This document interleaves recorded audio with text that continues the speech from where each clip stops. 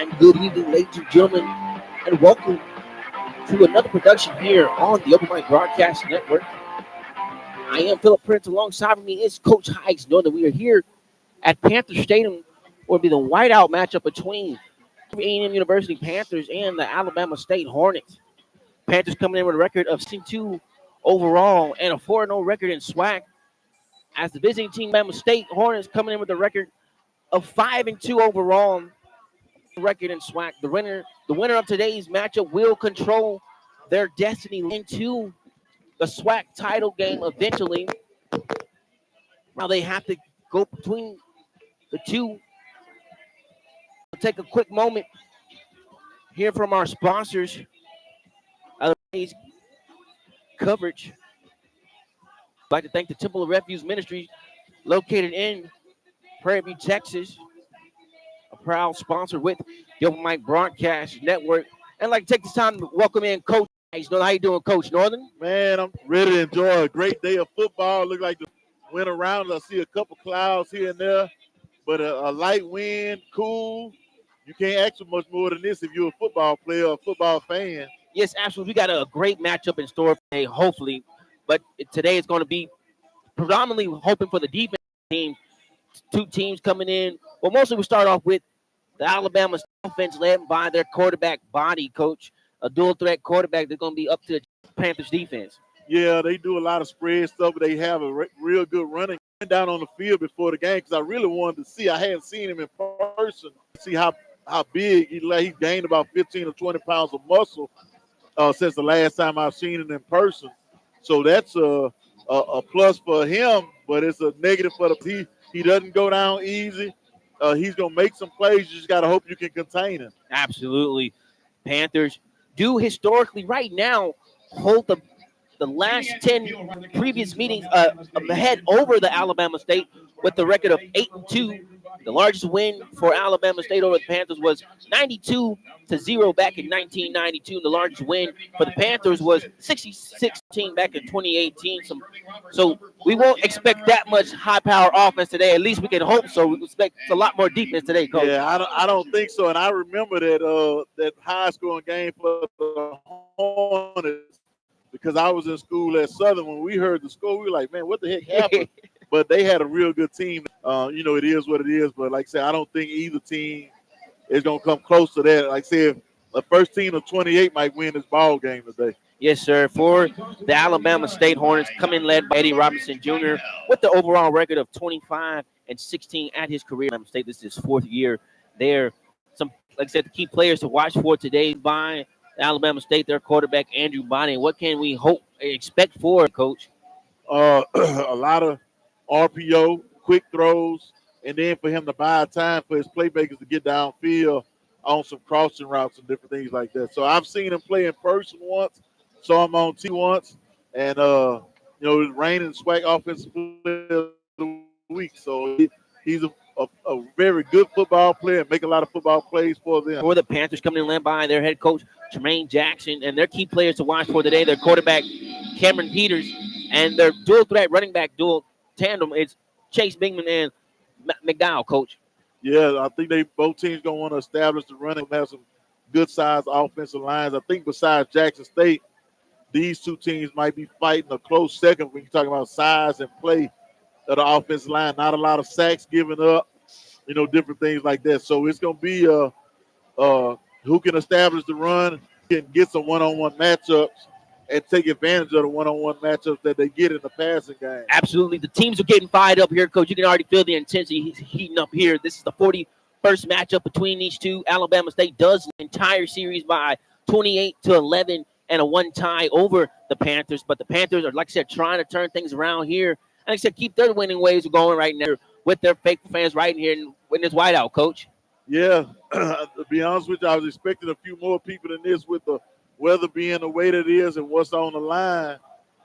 But it's like I said, it's a lot of hype before the game, a lot on the line for both teams, and we looking forward to some good football. The wind might play a little bit in a way of which way it's blowing on the crosswind on the field goals, but I don't think it's going to affect the passing game much. Alabama State making their way out onto the field right now, wearing the gold helmet, white top, gold number, black pants. They will be the visiting team. For the home team, Panthers wearing the purple top, purple helmet. Panthers going across the chest in gold numbers outlined in white pants with gold gold stripe, and a purple stripe going down the side of the pants. Like I said, beautiful weather here for some football, Coach. Couldn't get any better weather for here today at Panther Stadium. Stadium that holds holds 15,000. Got roughly about just under 5,000 here. Fans are steady making their way out right now. Steady pouring into what should be a good matchup here. Alabama State did win the coin toss and will defer till the second half, so they have a chance to get some early momentum here off their first possession, Coach. Hey, I'm ready for some football. You got to excuse me. It's been warm enough when I walked over here, I sweated and dried off, and it's a little bit different, but I don't think you can ask for much more in terms of environment, what's on the line, intensity between the two teams, the two coaches that's frat brothers, all of that. We're looking forward to it. Let's start it. Yes, sir. Panthers just make their way out, coming out of their field house from. Got the scoreboard down on the south side. Like I said, the wind going to play factor right now. It's kind of blowing in different directions. Kind of ain't making up. It's kind of coming more from the south right now as I speak. But like I said, it's just a beautiful day for us all, Coach. Yes, it is. Yes, it is. You can't ask for anything. The only thing, like I say, maybe a little bit less wind, especially for your field goal kickers. But other than that, you can't ask for anything better. So the Panthers will receive the opening kickoff, moving from left to right on your dial. Hear the fans trying to get into this one. Like I said, it should be a great matchup. Like I said, the winner will control destiny, trying to punch their ticket to that title game on December 16th. Oh, December 6th, I'm sorry, Coach. Well, Alabama State still needs some help since they lost the head-to-head matchup with Jackson. So if Alabama State has to run the table and hope Jackson another loss on that side, but hey, we'll say some key for today's game. Keep an eye out for the late start date between Florida A&M. That coverage will start at 7 p.m. Eastern, 6 p.m. Central Standard Time.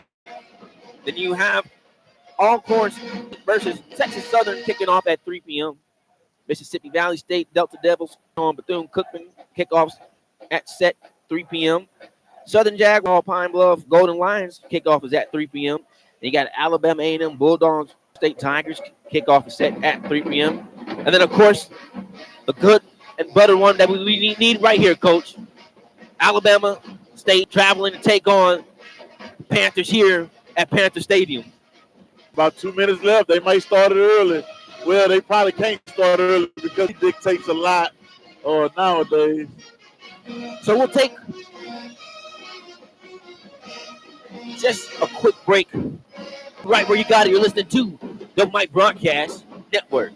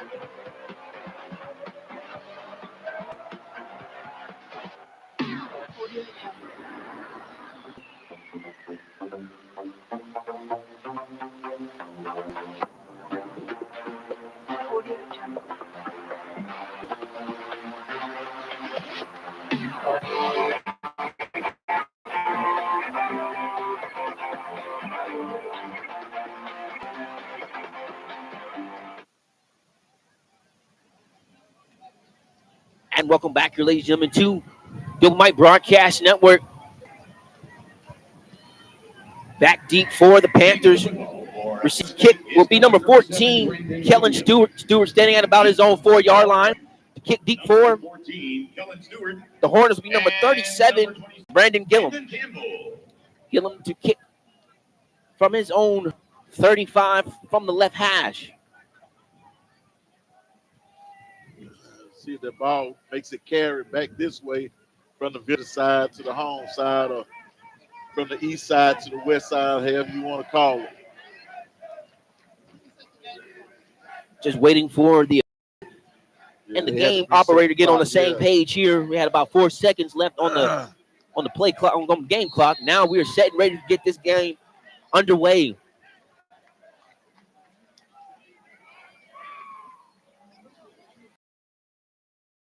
Out of bounds, so the Panthers are going to get good starting field position, Coach. And I talked about how the wind can affect the kick. So now, instead of him aiming for the numbers, he's going to have to aim for the hash more and kick it straight down the hash since the wind is blowing so hard on the crosswind. That was, like I say, that was the good thing for the Panthers. They get great field position. You'll take the ball on the 35, anytime, unless you have a real dynamic kick return. So let's see what Peters can do on this first drive for the Panthers. Starting from his own 35, working in a pistol formation. Got 3 receivers starting to his left. You got Rockwell down here to the right by himself. Now Bingman goes signing in the shotgun formation. Gets the snap. Peters going to hand this off to Bingman. Bingman running to the right. Slip through a hole. Going to make it about a good positive gain for about 6 yards right. Yeah, the ball came out as he went down. I don't know if he was down, but it's just regular. About 6 yards. You'll take that one. Just going to make it a down and 4 now for the Panthers. Working quickly are there. We're going to hand this off to Bingman. Bingman trying to run cuts back up to the middle. Is going to have enough for the first down.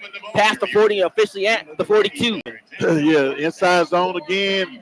Just a give read for the quarterback. Bingham finding the whole backside.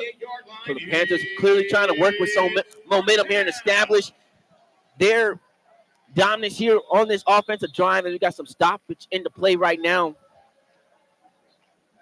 They may have a bad spot of the ball. Yep. On the tackle, number 18, then what happens sometimes when the center gets down, if he moves the ball too far, fourth reason make him put the ball back. See if we get some play action right here. They had 2 successful runs.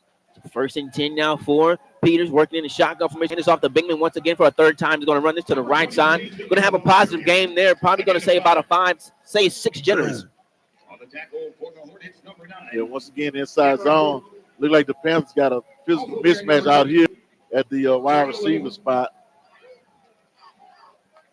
Shotgun formation 4. Should have a crease. Peters going to hand this off to Bingman. Bingman trying to make a man session. Was going to be tackled from behind after he made a move back up the midfield. Down into Alabama territory officially at the 40-yard line. Yeah, all he's doing is running inside zone. They haven't changed it yet. Peters working in shotgun formation. Handoff's going to fake this one. Going to try and throw it to this receiver, but it's going to be out of bounds. Didn't have enough real estate. And that's what I was talking about, the physical mismatch. Sometimes it's better to throw that ball high and trying to fit it in a tight spot. But that's a good job by the secondary matching up. Good job by the Panthers showing that same zone run with a pass off of. Yeah, Peters trying to connect with this tight end right there. So now it's going to be Peters going to hand this off to Bingman. Bingman trying to stutter step, finds a hole, run to the right side ankle, but not until he got this inside the 25 of the Hornets territory. Zone again. They run it till they stop the bleed.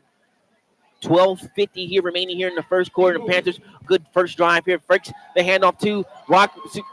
Does Peters fakes it to Bingman and then connects with this tight end. John down right there. They got some friendly fire. Two of the Hornet defensive players ran into each other, but they doing a good job of running the ball. Then the play action off of you get a guy coming in, and all they did was run and sit in space. Yeah, so we got a Hornet right there, but he's able to come up and get Wallaby off the side in his own power. But you can tell a little feed right there. The Panthers some energy right there after that injury timeout, Coach. Yeah, you got to sort of be careful in terms of while the guy's on the ground, sort of I'm pretty sure those guys probably been chirping back and forth through the interwebs, the Instagrams and Facebooks and all that. So you never see it before the game, but the Panthers playing a real physical brand of football right now. Yeah, 48. DN Miles Richardson, he's able to walk off. So now we're ready to set here. 1st and 10 for the Panthers inside the Hornets red zone, officially at their 11. This ball's going to be handed off to Bingman. Bingman cuts back up the midfield and trying to slip through and get a little extra push. They got an extra push right there by the offensive line. Now you're going to say he got about a 7-yard gain.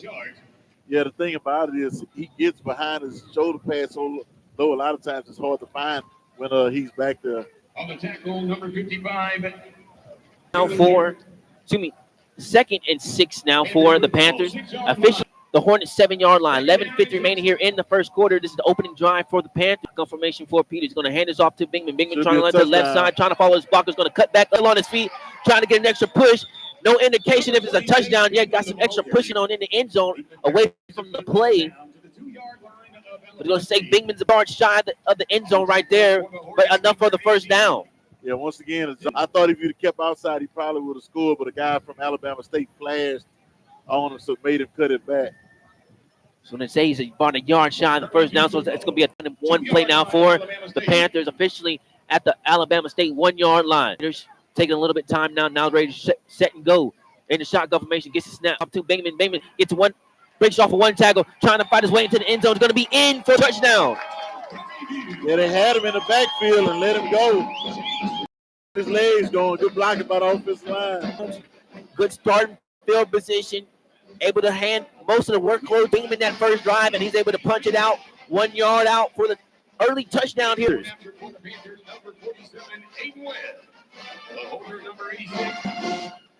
Aiden Webb on to attempt the point at the attempt. Snap is good.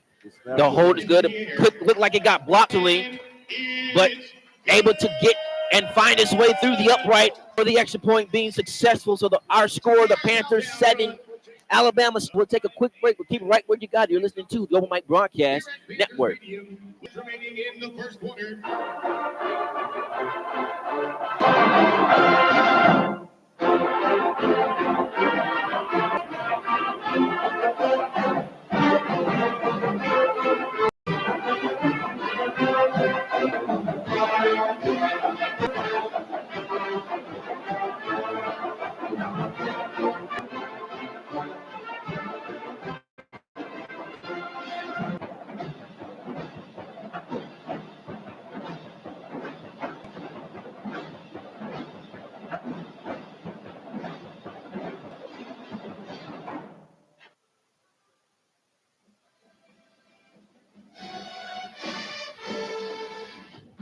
And welcome back here, ladies and gentlemen, to the Open Mic Broadcast here at Panther Stadium, or better known as Blackshear Field. The Panthers able to capitalize on their first drive, capitalizing that by being on a 1 yard touchdown run by their running back Chase Bingman. So now Panthers going to bring out their defense here momentarily after the kickoff, see if they can try to minimize, like I said, a Alabama State offense that's coming into this game, Coach. Yeah, the thing about it, when you playing against a team, just say Prairie View's been here about Alabama State. Like, can we keep up with them? That'll fire up your guys to do a good start and say, man, we can do whatever they can, knowing that few games they've been leading some points on the field. So they'll step up to the challenge, look like. Kickoff teams are making their way out onto the field after this timeout. Back deep for will be number 1, DeAndre Morris. And number 86 to kick for the Panthers.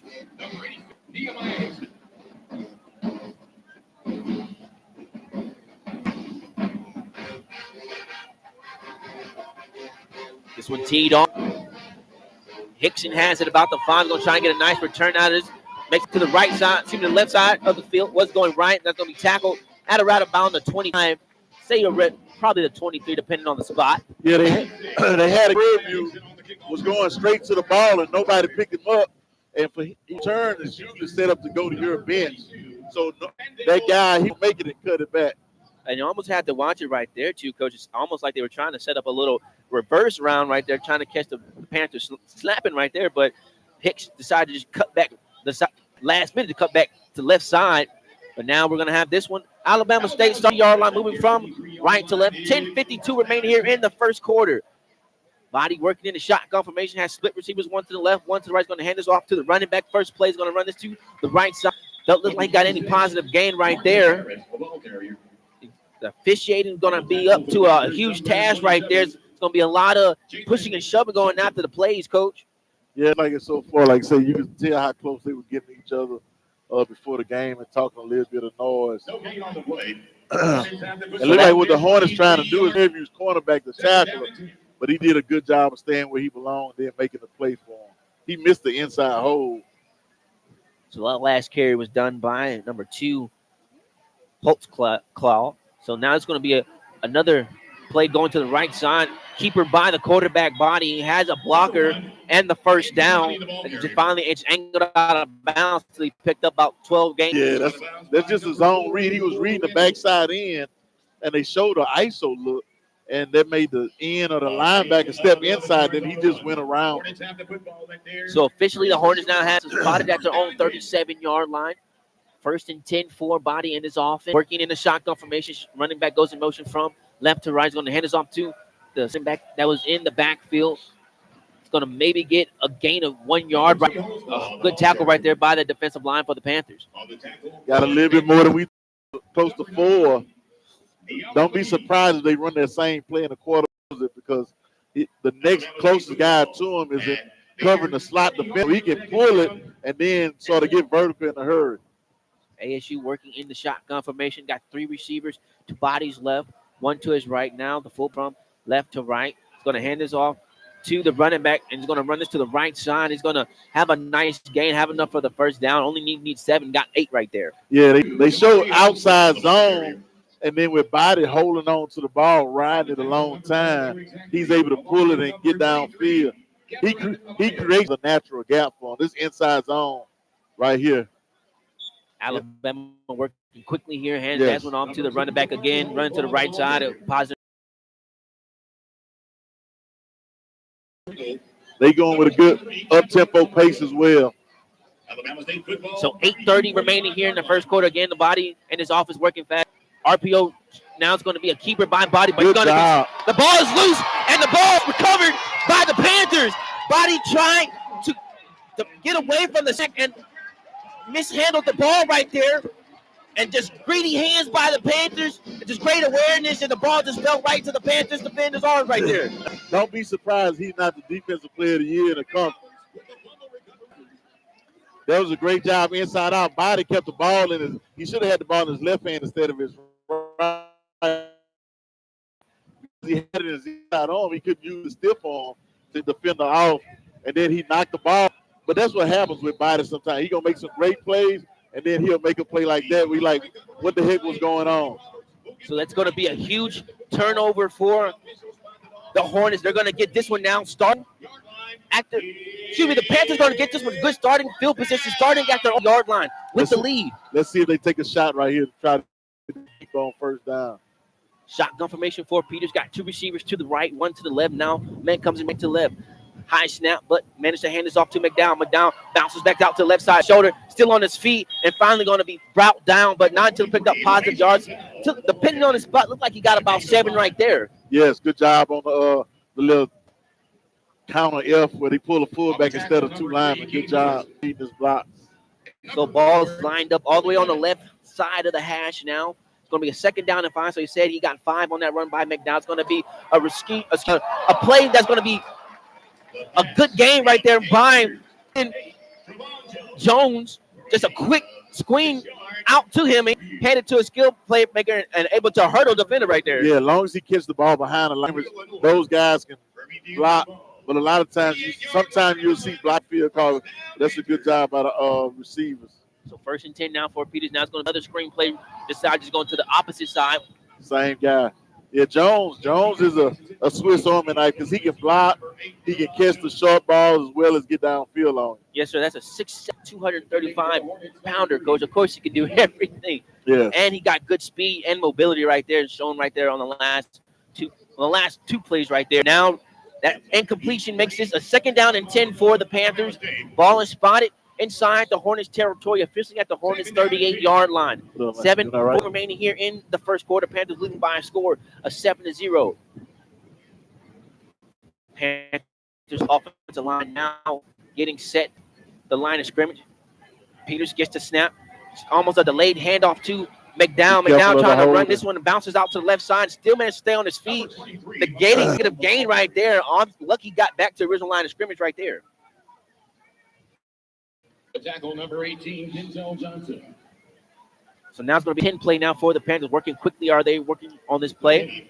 Tried to get the Hornets to jump off sides, but no avail. So now Peters looking to the sideline for this new play call. New formation for the Panthers. 2 receivers, 2 Peters right, 2 to his left. McDowell in the backfield with Peters in the shotgun formation. A lot of room for the field. It's going to be a quarterback keeper. This is going to be kept by Peters. A helmet comes flying off of a Hornets defender. Don't know if Peters had enough for the first down. If he was able to not get shoeless tackle right there. Yes. Good job motioning to, like I said, I told you the middle of the field was sort of wide open. Then they caught him running with motion. So that means there's even one less guy. So Jermaine Jackson 4th down and short. See, they draw him outside. Trying to keep the aggression right now. Going on it for 4th and 3. The Hornets keeping some pressure on. They're able to get the first down, going to the safety valve. Number 9, Rodney Cameron Peters right there, able to avoid the pressure. Right there. Okay. So 1st and 10 now for the Panthers. Rodney Oho making the sliding catch. Nice combination to keep the driving line for the Panthers. Now this is the spot inside the Hornets 19-yard line. Following here in the first quarter. Panthers moving again from left to right. Empty formation for Peters. Gets the snap. Looking to pass. Going to throw this into the end zone for a wide open receiver for the Nard touchdown. Connecting with Rodney Oho. Yeah, I thought the defensive back off and make the play, but he slipped down, which gave him a touchdown.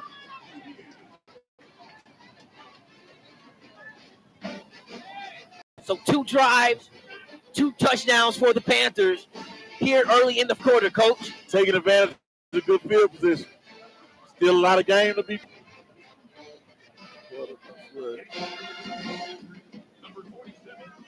Going after the attempt. Coming out for the Panthers. Aiden Webb to kick it. Snap. Hold. Oh, good. Oh. Kick is. Look like Webb kind of after the point after attempt, but able to get enough of it through to extend the Panthers lead here. 14-0 score. We'll take a quick break, but keep it right where you got it. You're listening to the Alabama State Network.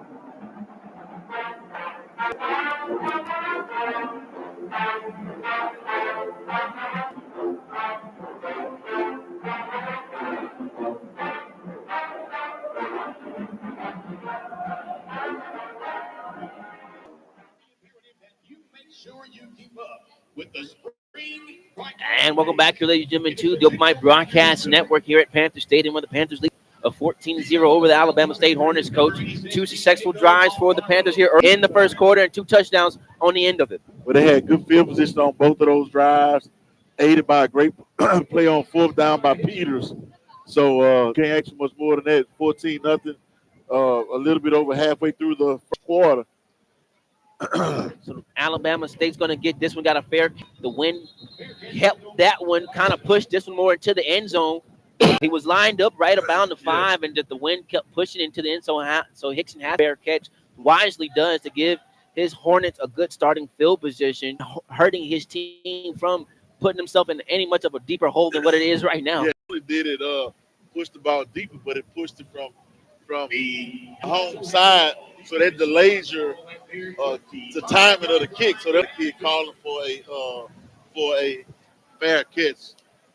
16-10 for this Alabama State offense, working from the shotgun formation. His body got 2 receivers to his right, 1 to his left. You see the Panthers fans trying to get this defense, and early right now is going to be a first down pass, going to be thrown out there to the right, but nice open field tackle right there by the corners, right there for the Panthers. Yeah, that's right there. I can't see him making too many of those, because if he keeps it up, they're going to pick one of those off. So that reception goes for 4 yards. Going to be a 2nd down and 6. The Hornets ball is spotted at their own 29-yard line. Again, the Hornets moving from right to left. Gold helmets, white top, black pants. Shotgun formation for body man. It's going to be a jet sweep running to the left side. Has blockers trying to slip through a hole. Going to be tackled from behind. Have enough for the first down. Increased because of the way that they were lined up. Say he only needed to get 6 and got 7. So 1st and 10 for the Hornets. Hornets working quickly now, running this to the right side. Back. That is for the Hornets. Holtzclaw goes for about a 5-yard gain. So quickly here are the Hornets working at already on the limit. Shotgun formation for a body. 2 receivers to the right, 1 to the left. It's going to be a pass that's almost intercepted by number 3, Sterling Roberts, coach.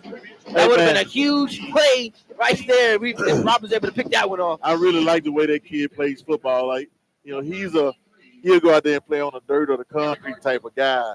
Always around the football. You can tell he plays a lot of film as well. But that was a great play by him.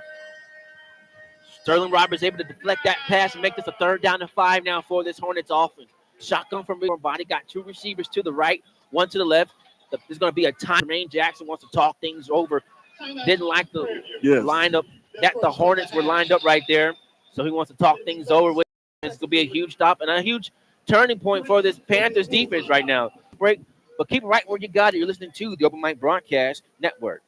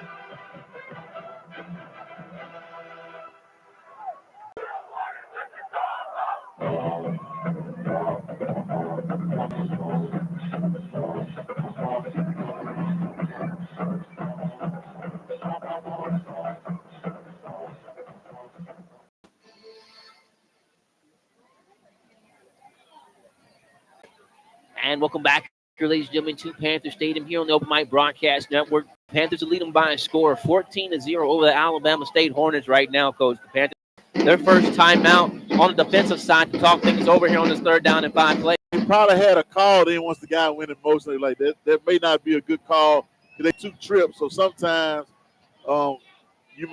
they were in 20 persons, so that'll throw everything off when they get the trip. So I guess they say, well, let's take this time out, make sure they're on the right page. So 4:17 remaining here in the first quarter.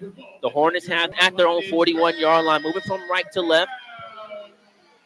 Body shotgun formation. Now it's going to be in an empty set. Running back goes in motion from left to right. Now body to the left side, trying to get a blocker. Has a blocker, trying to run and swiggle his way past a defender and able to maneuver and get enough for the first down. Yeah, motion to they went from a pass. It looked like they had a draw or a quick game read. The quick game was covered, so now you go to your quarterback draw. So able to keep it in their dual threat quarterback's hands, able to pick up the first down to keep the drive alive for the 6-yard gain. So now the Hornets have this at their own 48-yard, 3:40 remaining here in the first quarter. Panthers lead for 14-0. Shotgun I see a cornerback blitz right here. Ford going to fake the handoff. Now looking to pass, has nice protection from the line. It's a lob throw. Caught, nice concentration. Had a lot of fighting right there, but nice concentration with the catch. Number 0 for the Hornets at Jones. And the thing about it, that's a perfect example. Don't overthrow the ball. Give your guy a chance. So this was going to be a keeper by. Did he get in? By Body. Yes. Dives into the end zone. Got one indication. He's in for the touchdown. The referee that was on the line was moving out of the way, so they on another referee to call it. So now Hornets were able to drive, put up a quick one here. They may be trying to get the play off so they don't have time to review it.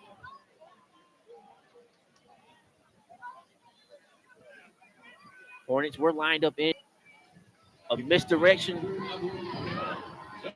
formation, lined up in the original field goal. It's going to be point after attempt, and the kick is up, and it's good. That was kind of a funky play, right? The whole process. Because of the tempo, the formation, it's hold on the end up top. Some guys look like they stopped playing almost half, so there was a whole lot going on right there. Yeah, you had some players on the defensive side trying to see too many men on the field. Yeah. Like I said, it just happened fast. But the Alabama State did the right thing, just moved fast. The whistle was already deemed and ready to play, and they just took advantage of a sleeping defense right there for the Panthers. So now our score here, Panthers leading by a score of 14-7. 2:57 in the first quarter. The Panthers did receive the opening kickoff to start off. The Hornets will receive the kickoff to open up the second half. We do have one early turnover here committed by the Hornets, and the Panthers able to turn that into 7 points. That's why the Panthers have it where our score lies. So it's going to be a return by Stewart, trying to run to the right side. Got blockers. Spin out of one tackle. Now cuts back to the left, trying to stay on his feet, and makes the back cut right there. Had a chance to cut it back out to the side where with daylight for days, but just come back to the track to the right side. Right there, one of the guys was falling down and grabbed the guy. But from the referee standpoint, it probably looked like he ran over the guy. So good for the Panthers. Then once again, look where they starting off. So the average field position is probably around the 45-yard line. They got it on the 35. Right now they're on about the 42-yard line. So Peters and his offense working from their own 42 was lined up in an empty set. Now Bingman comes in. It's going to be a handoff to Bingman. Bingman trying to run to the left side. It's going to be thrown down to the right, down for the tackle. Going to be say he got a 2-3 yard gain. Yeah. Just depending on the spot. Bear with us, ladies and gentlemen. We got our angle, how we're calling the game, but we're going to call it our best. So there is a second down and 8 for the Panthers. Shotgun formation for Peters. 2 to the right, 2 to the snap. Going to hand this off to Bingman. Bingman makes one-man moves, and now he's going to try and just slip through. Just get some extra yardage right there, but able to get a nice positive, make this a third down and manageable. And he shook the guy that just tried to strip the ball from him. So it's one of those, you got me last time play. So 3rd down and 5 for the Panthers. Ball is spotted at their own yard line. 2 minutes remain here in this They got numbers up top, too. Got 4 receivers lined up to the left numbers side. And a quarterback draw. A quarterback draw, run to the right side. Needs to get and doesn't do so. Probably going to be about a yard shy right there. Making a nice open field tackle was a linebacker number 43 for the Yeah, they for got the to Hornets wrap right up there. on those tackles. Like I say, it's just a count. If they got 4 guys out there, then we going to. So Panthers look like they're going to go for it, and they are going to do this. Going to hand this off to Bateman. Bateman yard. They're going to do so and falling past the 50 into the Hornets territory, officially about the 40-yard line. So a good gain right there. Only needed one, got 10 plus. So now the Panthers working quickly. It's going to be another handoff to Bateman. We got a penalty marker coming behind the play, and this is going to be a They have play. too many men on the field by the defense. On the tackle for the Hornets, number 5. They may have too many. Anytime that guy way back there throws the flag, it's either going to be too many men on the field. Illegal substitution. Yes. Defense, number 0, 5-yard penalty. We play it out. Coach, and that's on the coaches right there. You don't substitute until they substitute, or unless the ball goes out of bounds. That's on the coaches right there. First and 5 now for the Panthers after that penalty. Ball officially spotted at the Hornets' 34-yard line. McDowell now in for the Panthers. Peters gets the handoff. He's going to fake this. Gets the snap, fake the handoff. Yep. He's going to try and throw this to the right side.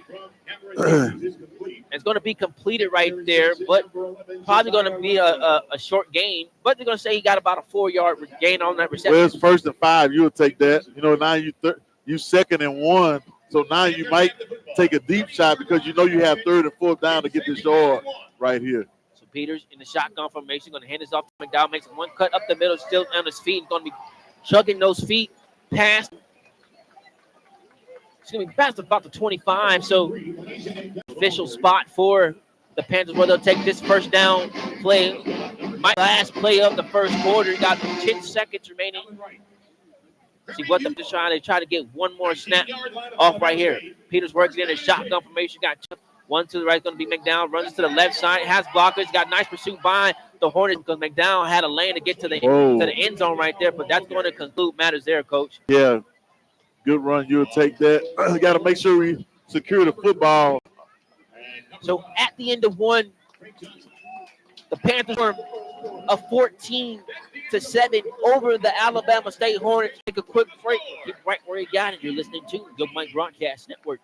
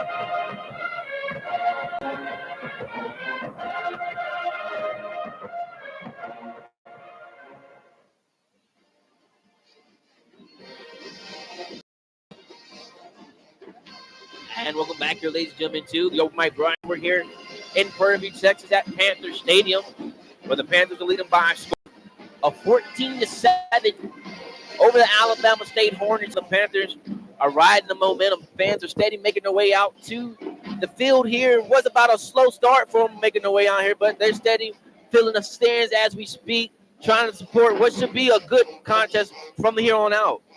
Yeah, look like both offenses getting going, minus the one turnover for Alabama State. So we get everything we asked for. Prairie View's offense is stepping up to the challenge. Like I said, sometimes when you get tired of hearing about what you hadn't done, and then you start taking advantage of the plays that you have. So yes, sir. We had beautiful skies when we started kickoff. See about some clouds coming behind the stadium, trying to make its way over this way, but hopefully Mother Nature can prevail us to see this one through. So the Panthers will have this one flipping the field, moving from right to left now. I tell you what, if it does start raining, like I say, this those cold big raindrops that sting a little bit when they hit you. And lo and behold, I had rain gear but left it in my vehicle. You be both. You be both. Just about away from the conclusion of the TV time. The biggest matchup that you're looking forward to today, besides the Jackson State matchup, Coach. Oh man, maybe the Texas Southern Alcorn game. That's a big one. And if I'm MEAC, I'm trying to think. Morgan has up there. I can't think of who they playing, but that Morgan game is going to be pretty big as well. So as we're ready to get back to resume play, second down to say officially now 6 Panthers. Ball is spotted at the Hornets 16-yard line. Peters going to have this one lined up in the shotgun formation. Got split receiver. You got 2 tight ends in the backfield. And you got Bingman's going to be the running back lined up next to Peters. Is going to be a handoff to Bingman. Bingman trying to shrug off one tackle, keeping those feet moving. Going to see a good gain right there, about 2 or 3 yards right there. Third and a good short. 2.5 or short 3. Okay, they got it as 2 yards short or 2.5. So this may be 4-down territory, depending on how many they get on this down. So 3rd down and 2. Let's say 3rd down and 3 for the Panthers. Some late substitutions coming in for the Hornets, but it was allowed because the Panthers were able to get a substitution of their own. This 3rd down play is going to be a run to McDowell. McDowell cuts back to the right side, now cuts back up midfield, and he might be about a yard shy of that one, Coach. And they had him back once again. When you make cones, you got to keep your legs going. 4th and about a yard. You got McDowell back there. Go ahead and give it to him. Yeah, it's pretty close, and they're not going to. But like I said, 4th and inches. It's going to be a keeper. Kick by Peters. Jumps over. Oh. Might be a holding call. Jumped over the defender to get the 1st down. If he was able to stay on his feet, that would have been a touchdown. But again, we have a penalty marker coming in after the play. Hopefully, if you're the Panthers, this is not a holding. Based off of where it was thrown. Oh.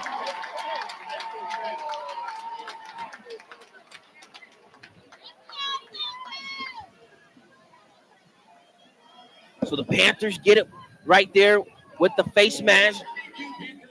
Had the 1st down run already by Peters, but now it's going to have this one. 1st and goal for the Panthers at the Hornets 4-yard line. We'll put everything right here. Quarterback draw again, should be wide open touchdown. Peters going to take this one, throw the one-on-one option, but it's going to be incomplete. Trying to connect with Jazal Rockwell right there. So it's going to make it a 2nd down and goal to go. Look, bring the chair up. We're trying to get everything straight so we can still. We got to move some equipment. The rain has finally made it. So shotgun formation for Peters. Working. They're going to throw off a defender, now trying to keep his feet, but they're going to all that and some more. He may have got a gear read, but the guy sort of split the difference between Cam and McDowell. Now we got 3rd and goal from about the 11-yard line. So 3rd and goal ball was lined at the 4, pushed all the way back to the 11-yard line. You are in field goal range right now. The wind, not that much of a factor, so should be much of a breeze, but Tremaine Jackson would like to see 7 instead of 3. Shotgun formation for Peters. I look for Jones right here. Peters gets the snap, looking to pass. This is going to be caught. Touchdown by Andre Dennis. 12 yards out. Cam Peters had nice protection from his pocket, able to sit through it and find Dennis slanting in through the end zone. Yeah, that was a great throw. He threw the defender. I don't know how he let the wide receiver get inside, but once he got inside, it was an easy throw for Cam right there.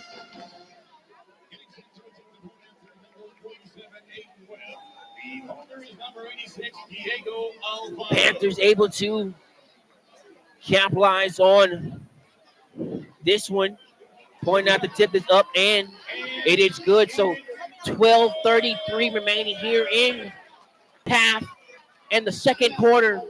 The Panthers leading by a score 21-7 over the Alabama State Hornets. We'll stay right here, Coach.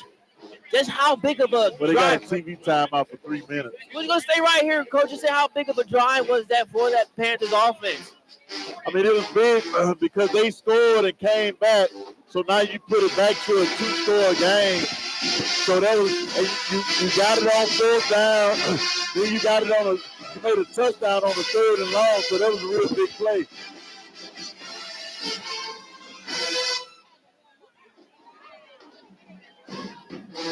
Alabama State fan has made their way into the Panther Stadium. Just shows you how significant and important this game is. But that's what happened when everybody in the athletic department this is a game that they normally wouldn't come to, but to get it with all this on the line, that's pretty big. So 12:33 remaining here in the second quarter. The Panthers were able to capitalize on a 1-yard touchdown run to get the game started, done by Chase Bingman, and then were able to capitalize on a turnover and take an early 14-0 lead, ending out on 11-yard touchdown reception from Rodney Oho on the end from Cameron Peters. And then the Alabama State Hornets were able to put together a fast drive of their own, ending out on an 8-yard touchdown run by Body. Now the Panthers are able to put together a drive of their own to extend their lead back to 14. 21-7 is our score. We got about a minute left, but we want to take this time just to enjoy this Battle of the Bands before we get back into the rest of this first half.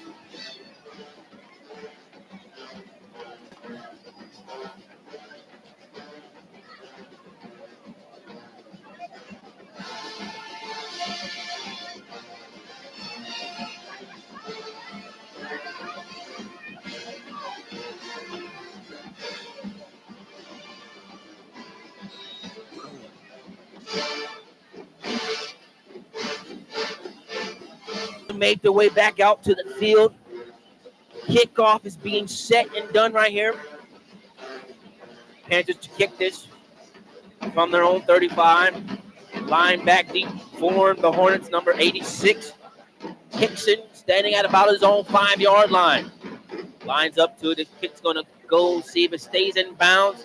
Able to do so. Hickson has his about to fire, trying to follow his box to the right top, makes a cut at the 30, has the room to beat, has to kick it to beat, has still on his feet at the 50, at the 40, at the 45, getting hawked down, still on his feet in bounds, finally tackled and ran out of bounds at the 25. So big return by the Hornets special team to get them inside the Panthers territory. Has some extra pushing and shoving going on at the end of the play. Just what I was saying, he probably should have let that ball go. I think they down. Look like they probably around maybe the 18-yard line with their return. But they double teamed the guy, knocked him flat to the ground, and then win it. So that's what happens on some of those plays. So the Hornets special team able to give this offense a much better starting position here. A great starting field position officially at the Panthers 17-yard line. Moving from left to right is this offense for the Hornets. Working in the shotgun formation, this Bonnie has a receiver to the right and a receiver to the left. If they can hold them to a field goal, that's a win. Because they're on field goal range right here. So now Bonnie going to this off to the running back, trying to throw off defenders, trying to run to the right side, but to Noah defense sniffing all that one out. But just to minimize the running back to about a modest game, about 3 yards right there. Yeah. This is where it gets tough right here because you can't stretch the defense vertically. You got to either knock them back off the ball or find creases from inside out. down here in the red zone. We're going to say officially that's a 2-yard run. So 2nd down and 8 now for this Hornets offense. The rain starting to be making its presence, just light showers right now, but not enough to cause any stoppage in this play. Shotgun formation for Bonnie. Bonnie rolling to the right. Now the pocket's collapsing. Now going to have to roll all the way to the left, trying to find a receiver fakes. Still nobody open. He's going to take this and throw it. It's going to be incomplete. Thought he was just throwing this one away, but the ball just floated. He missed number 5 twice. Well, one thing that happened, he missed him early on the slant route, and then he broke to the corner. And because he was rolling to his left, he didn't see him wide open over this way. But, like I say, once again, Prairie View DBs did a good job once he rolled to one side or another, staying with their guy. So now it's just going to be a 3rd down for this Hornets offense. The Hornets have 3 timeouts. The Panthers still have timeout. Clock's going to stop at 11:26 on this 3rd down and 8 play. We're going to see what we can do to try to keep the play alive. The ball's at the Panthers' 17-yard line. Lined up in the empty set. Stoppage in the play right now. A little chess match going on, a late timeout by Tremaine Jackson. Didn't like that lineup right there. Yeah, they motioned to cross 4 receivers to one side, so they probably was a man short in their coverage right there. You want to pull the table all the way back and cover this up?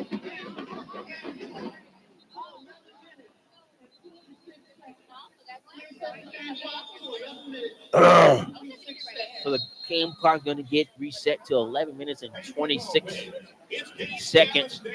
But when we come back, the Hornets going to have this one, 3rd down and 8.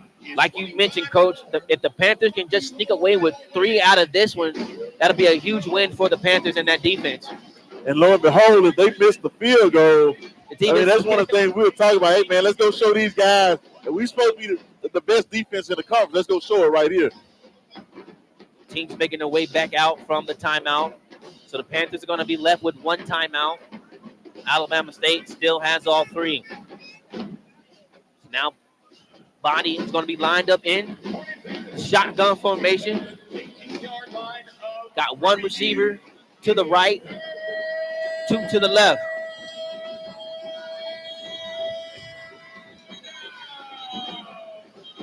Now, Eddie Robinson wants to take a timeout and talk things over. Because the Panthers changed out their defensive look.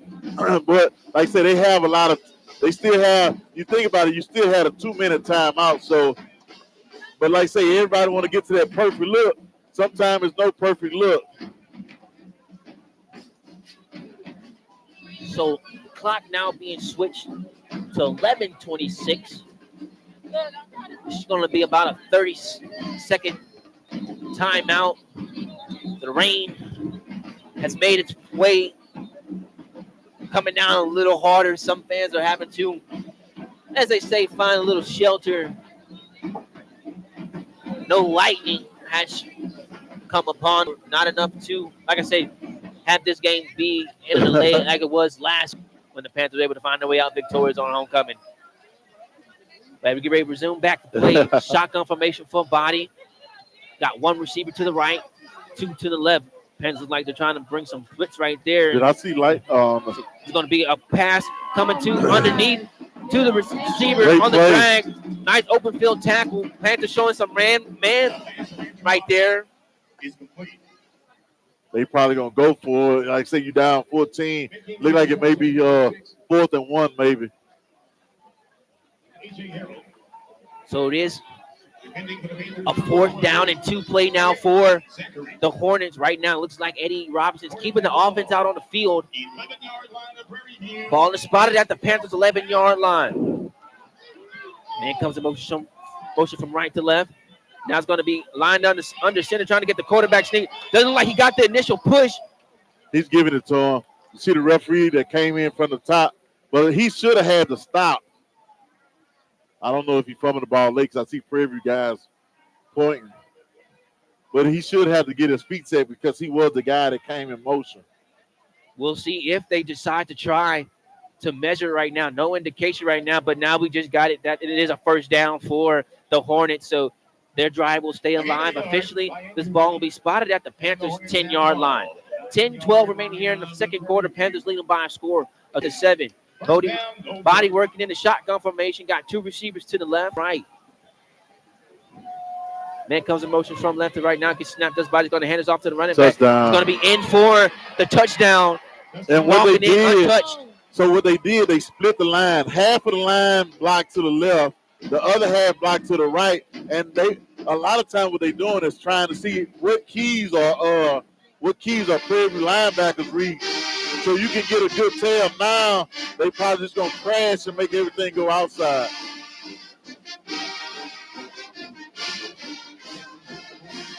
Y'all doing all right? So the Hornets able to drive down, try to make this back to a 7-point deficit, pending the point after attempt. The kick is up. Up and good. Not very high, but it is good. It. So 9:53 remaining here in the second quarter. The Panthers leading by a score of 21-14 over the Alabama State Hornets. We'll take a quick break. We'll keep it right where you got it. You're listening to the Open Mic Broadcast Network. Mustang Cat. Panthers give a round of applause to Mustang Cat.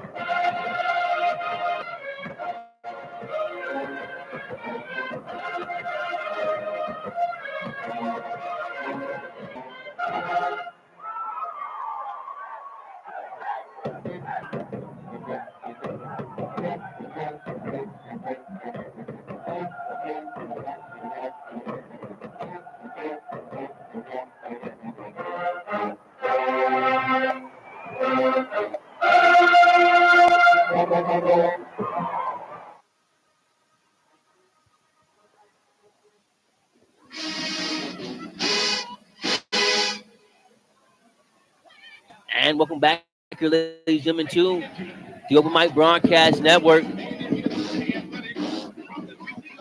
Hornets are able to drive down to make this now a 7-point deficit. 21-14. Panthers are still on top. For that first half, Panthers so far 165 to the Alabama State 100. Panthers have 100 of those 165 on the ground. Now back deep for the Panthers, number 14, Stewart. Kickoff by Gillum. It's going to go and sail into the end zone for a touchback. So the Panthers will get good starting field position, starting at about their 25-yard line. Hey, man, them jokers that's running down on kickoff and blocking on kickoff, man, they trying to kill each other out there. And with this rain coming in right now, it might not be much to many, but be some more slipping and falling coming out on there in this game, Coach.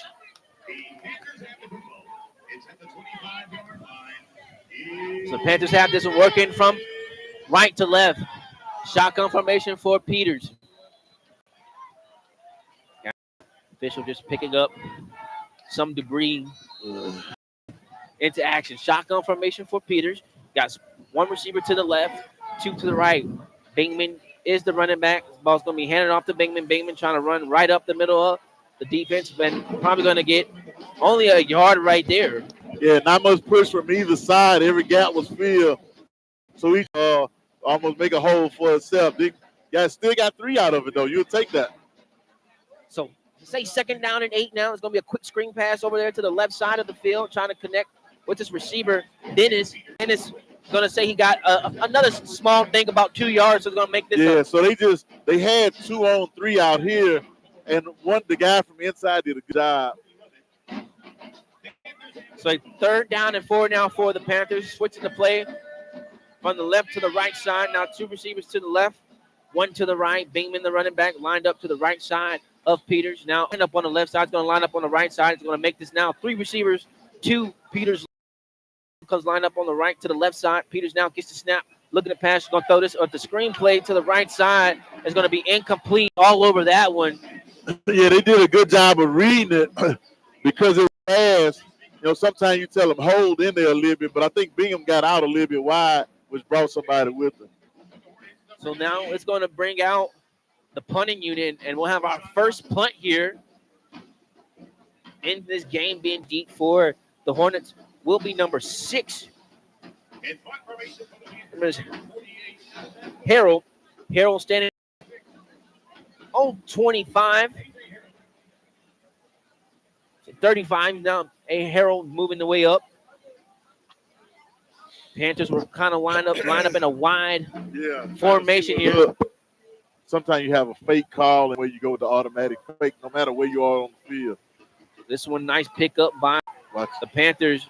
Special team right there. Almost was a block. So I don't know why they got this deep. You got to know which way the wind is blowing. He lined up like 50 yards deep. The ball's not going to go that far on a day like today. So now the Hornets going to have this one. 8:33 remaining. Half.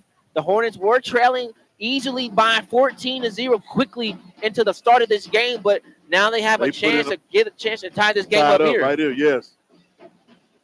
So Body and his offense coming out working.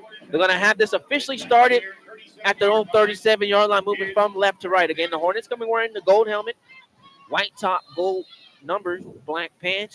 Panthers wearing the gold numbers. Gold pants going across the chest with a gold swag at the top left. So now it's going to be a handoff to the running back. Bouncing up to the left side. He's at the 40, 30, at the 35, 40. Excuse me, at the 20. I just said he missed it, and he just kept on pressing, and then it opened up backside because they brought a guy over with the motion. To the Southern game, he did the same thing against them. Everything a little clogged up. On-1. So now running same play goes to the running back, but this time only going to go for about a yard. Say give credit to the tackle, to the field and the team right there, but going to make this a 2nd down, and the Hornets going to actually maybe say he lost a yard, depending on the spot. Got some late substitutions coming in for the Hornets and the Panthers. So now they're saying officially it's a 2nd down and 10, no yards pickup on that last run play. 7:29 remaining here in the 2nd quarter. The Hornets are threatening to tie this contest on this drive. It's going to be stoppage on the play right now. Yeah, timeout. Yeah. And you saw that the Hornets were trying to indicate why it was already where it was at, but to no avail, no reset. Have to burn up timeout. Coach that the quarterback saw that it was down because looking as a coach, you don't want to end up in 2nd and 15 in the red zone. Like you back here, you might say, okay, we'll take that penalty, but right here, you don't want to be backed up. So both teams will be left with 1 timeout, but still have the 2-minute time. That's 2, depending on how you use it. 7:19 remaining here in the 2nd quarter. The Panthers leading by a score of 21-7. It's going to be a 2nd down and 10 points when they come out of this timeout. I'd like to take this time to thank our sponsors that are bringing this coverage: the Temple of Refuge Ministries, located in Prairie View, Texas, and the Prairie View Athletic Club, a proud sponsor with the Open Mic Broadcast Network. Still have made their way under here. The concourse next to me, Coach, while we're calling the game. I thought they had TVs under here. For some reason, I thought they had TVs that broadcast. Just foreshadowing. I'm like, if I was down here, I'd be looking back that way instead of about 10 deep. Well, you can see parts of the field. I might would even walk over there and watch the game. So thankfully, the rain is not too hard right now. Like I said, I remember last week when festivities, and we're able to just walking through the rain, coach. And you say you who been and played football and been through the activities, coach. And right now, it doesn't seem like this was enough to scare people Hey, away. man, I told you, anytime it come from Navasota, it's different, man. I expect it worse, though. But like I say, this is what I look for. When I go hunting and fishing at certain time, I can look at the clouds and tell either which way they coming or they spread, all that type of stuff like that. So, get the time to go over some quick stats. Some more updated. Total of 171 total yards, 68 of those passing, 103 rushing. For the Hornets, 168 total yards, 65 being passing, 103 rushing. We got 2 penalties by the Hornets, 2 for 10 yards. The Hornets have picked up 8 first downs, and the Panthers have picked up 12. So as we get ready to resume back to play, Hornets have this 2nd down and 10. Ball is at the Panthers' 19-yard line, moving from left to right. In motion from right to left. Body now gets the snap's going to hand this off. Keep this one. He's going to try and lower the shoulder and pick up the first down. Keeping that joker on the move, man. Like you say, he's just a football player. At that reception, so now have this a 1st and goal for the Hornets. Ball is spotted at the Panthers' 5-yard line. 6:48 remaining here. Body has this one. Now it's going to move the formation. 2 receivers to the right. In motion coming from right to left. It's going to hand this one off to the running back. The running back trying to run to the left side. Now trying to slip back up to the middle. But going to say about a yard right there. Pretty good penetration by the left side of the Panthers defensive line.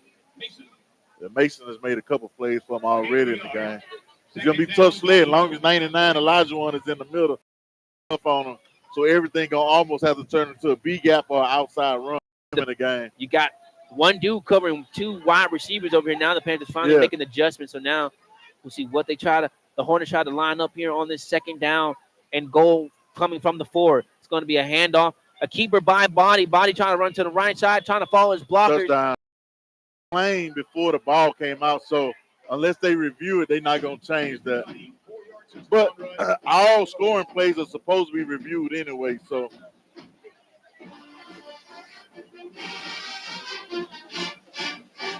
now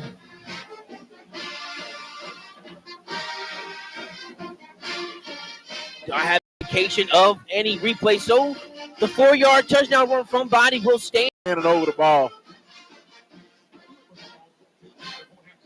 Panther is able to come off the field to avoid the too many men, and the kick is up and it's good. So the Alabama State Hornets able to put to bed that force they had looking over them in the first quarter. Our score here at Panther Stadium. We'll take a quick break. We'll keep right where you got it. You're listening to the Open Mic Broadcast Network.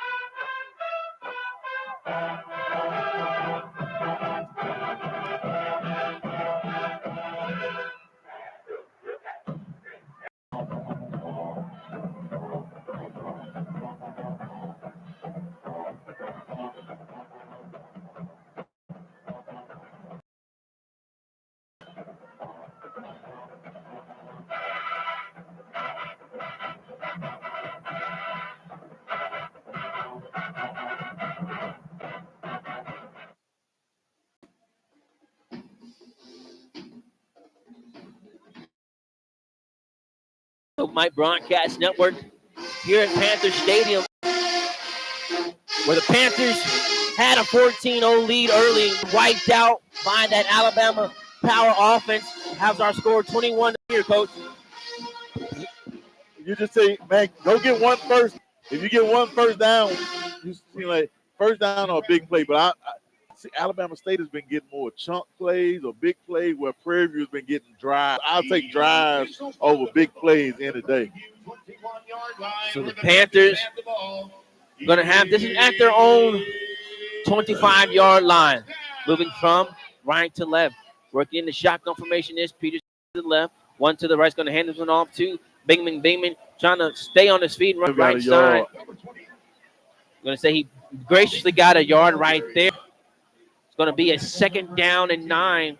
Depending on the spot, it's looking like he's lost a yard. Moving backwards, huh, Coach? No, it's right at 10. The thing about it, Prairie View is not getting that same push or the same reads that they were getting early in the game, being able to get to the edges or hitting outside then bouncing it back out. Got a penalty marker coming in right now. Will this be the Panthers? Everybody. There about 5 or 6 guys. I saw one game, they say everybody except the son. But yeah. So the I'm Panthers, pretty sure they may have made a Monday or Tuesday. Monday means on 1, Tuesday means it's on 2. Football, 2nd down. Some guy was on 1. so 2nd and 13 now for the Panthers. This formation for Peters has all day to throw. Going to take a shot, and this is going to be intercepted by the Hornets at about the midfield. Back to the right side, has blockers still on his feet. Now cutting back to the left side, going to be tackled at about the 40. Yeah, they missed the pass. Like they were holding Joe in the middle right there. That's why he didn't get the ball. I don't know how they didn't see it. It's in the middle of the field. It happened right in the middle of the field. And maybe that's what the same thing Cameron Peters saw. That's why he took that shot downfield. Yeah. And just like I said, no call right there. But the officiator don't get me wrong. It still was a bad choice because the free safety was over the top. But at the end of the day, they were holding the receiver that he was going to. Absolutely. And by the time he threw it, he had 3 Hornets over there swarming over the intended target right there and just overthrew everybody into the Hornet safety. So now the Panthers commit their first turnover. The Hornets going to have this one inside the Panthers territory, officially at the Panthers 40. Right there, ball's going to be handed off to the running back running to the right side. Oh, exactly. I like the way that kid. He's a good tackler. And then sometimes what Prairie View does, because they know they have help over the top, those corners now are run fitters instead of playing pass defense.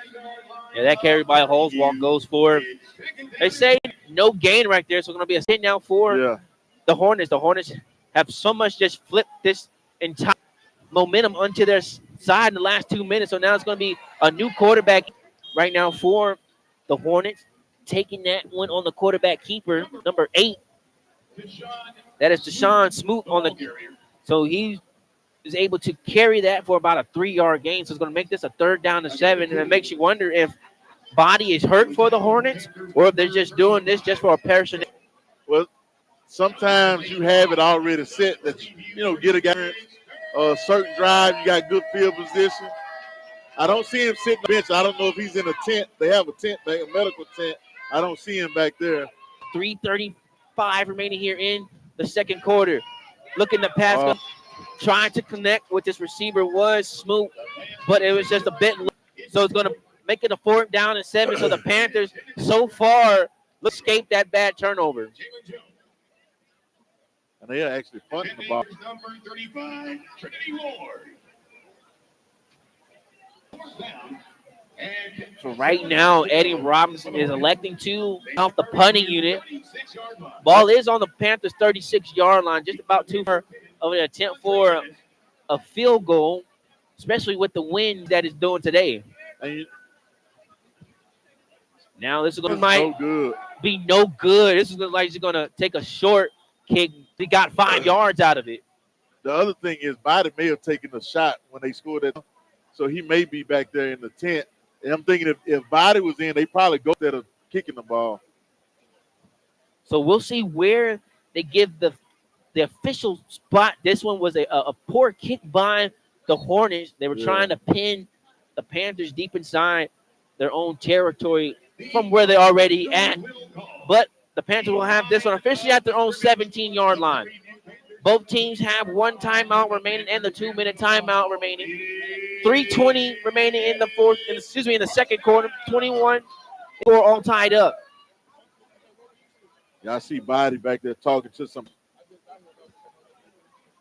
So now Peters trying to see if he can turn things over after committing that last turnover. So it's going to be a quarter. It's out to the left, not going to make it all the way back to the right side. A play that was designed to go. Is going to see if he's able to turn nothing into something. Be lucky if you got 2 yards right there. Yeah, you got to be careful when you're jumping over those guys. You got to make sure you ball close to your body. Well, of course, he already has that adrenaline running from early after he committed that first hurdle. So, of course, he wants to just get that one going, Coach. So they say Peters able to pick up 3 yards. The Panthers able to pick up that Hornets blitz right there. But the screenplay of yards right there, just better defensive scheme. Tight end was out there supposed to be blocking for the screen, and the defensive back beat him. The good thing he did beat him because he probably would have got a holding, which is something that the Panthers struggled with early in the season. So that screenplay goes for a loss of 2 yards. It's going to be a 3rd down and 9 for the Panthers. 2:15 here in the second quarter. There's a whole lot of space out here. Maybe they can get 2 coming inside. Peters running to the right side. Peter has a hold. Peters at the 50. Hurdle again is going to be out of bounds. Again, like I said, he does it one time. Hurdle's going to keep on doing it. Peters does that. But that run and nifty hurdle by Peters, they get this drive alive inside their own, let's say, some better field position. Not quite yet to the middle, but more about the 48 or 49. About the 48. So that will take us to the 2-minute timeout for the Panthers and the Alabama State Hornets at 21. Keep it right where you got it. You're listening to the Open Mic Broadcast Network.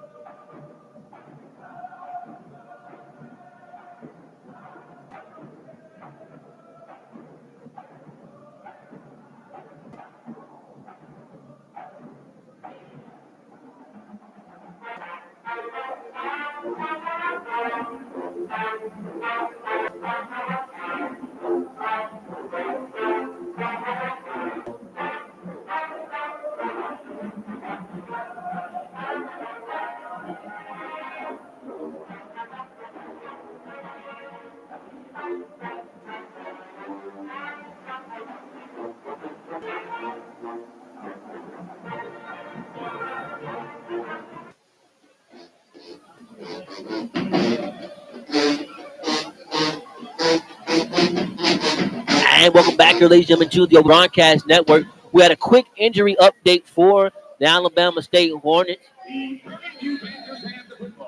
Quarterback had a right hand injury after that touchdown score, but now we see him throwing back on the Alabama State. That's a good sign. But now it's not a good sign if you're the Panthers just coming out of the timeout. You get a false start, so they're going to push back the offense, make this 15 now coming out of the 2-minute timeout. Yeah, that's not what you want. You know, like I say, especially coming out of timeout, now you first and longer. Has come and gone. Seemed like it was never here. Fans have made way back out to the stands. Yes.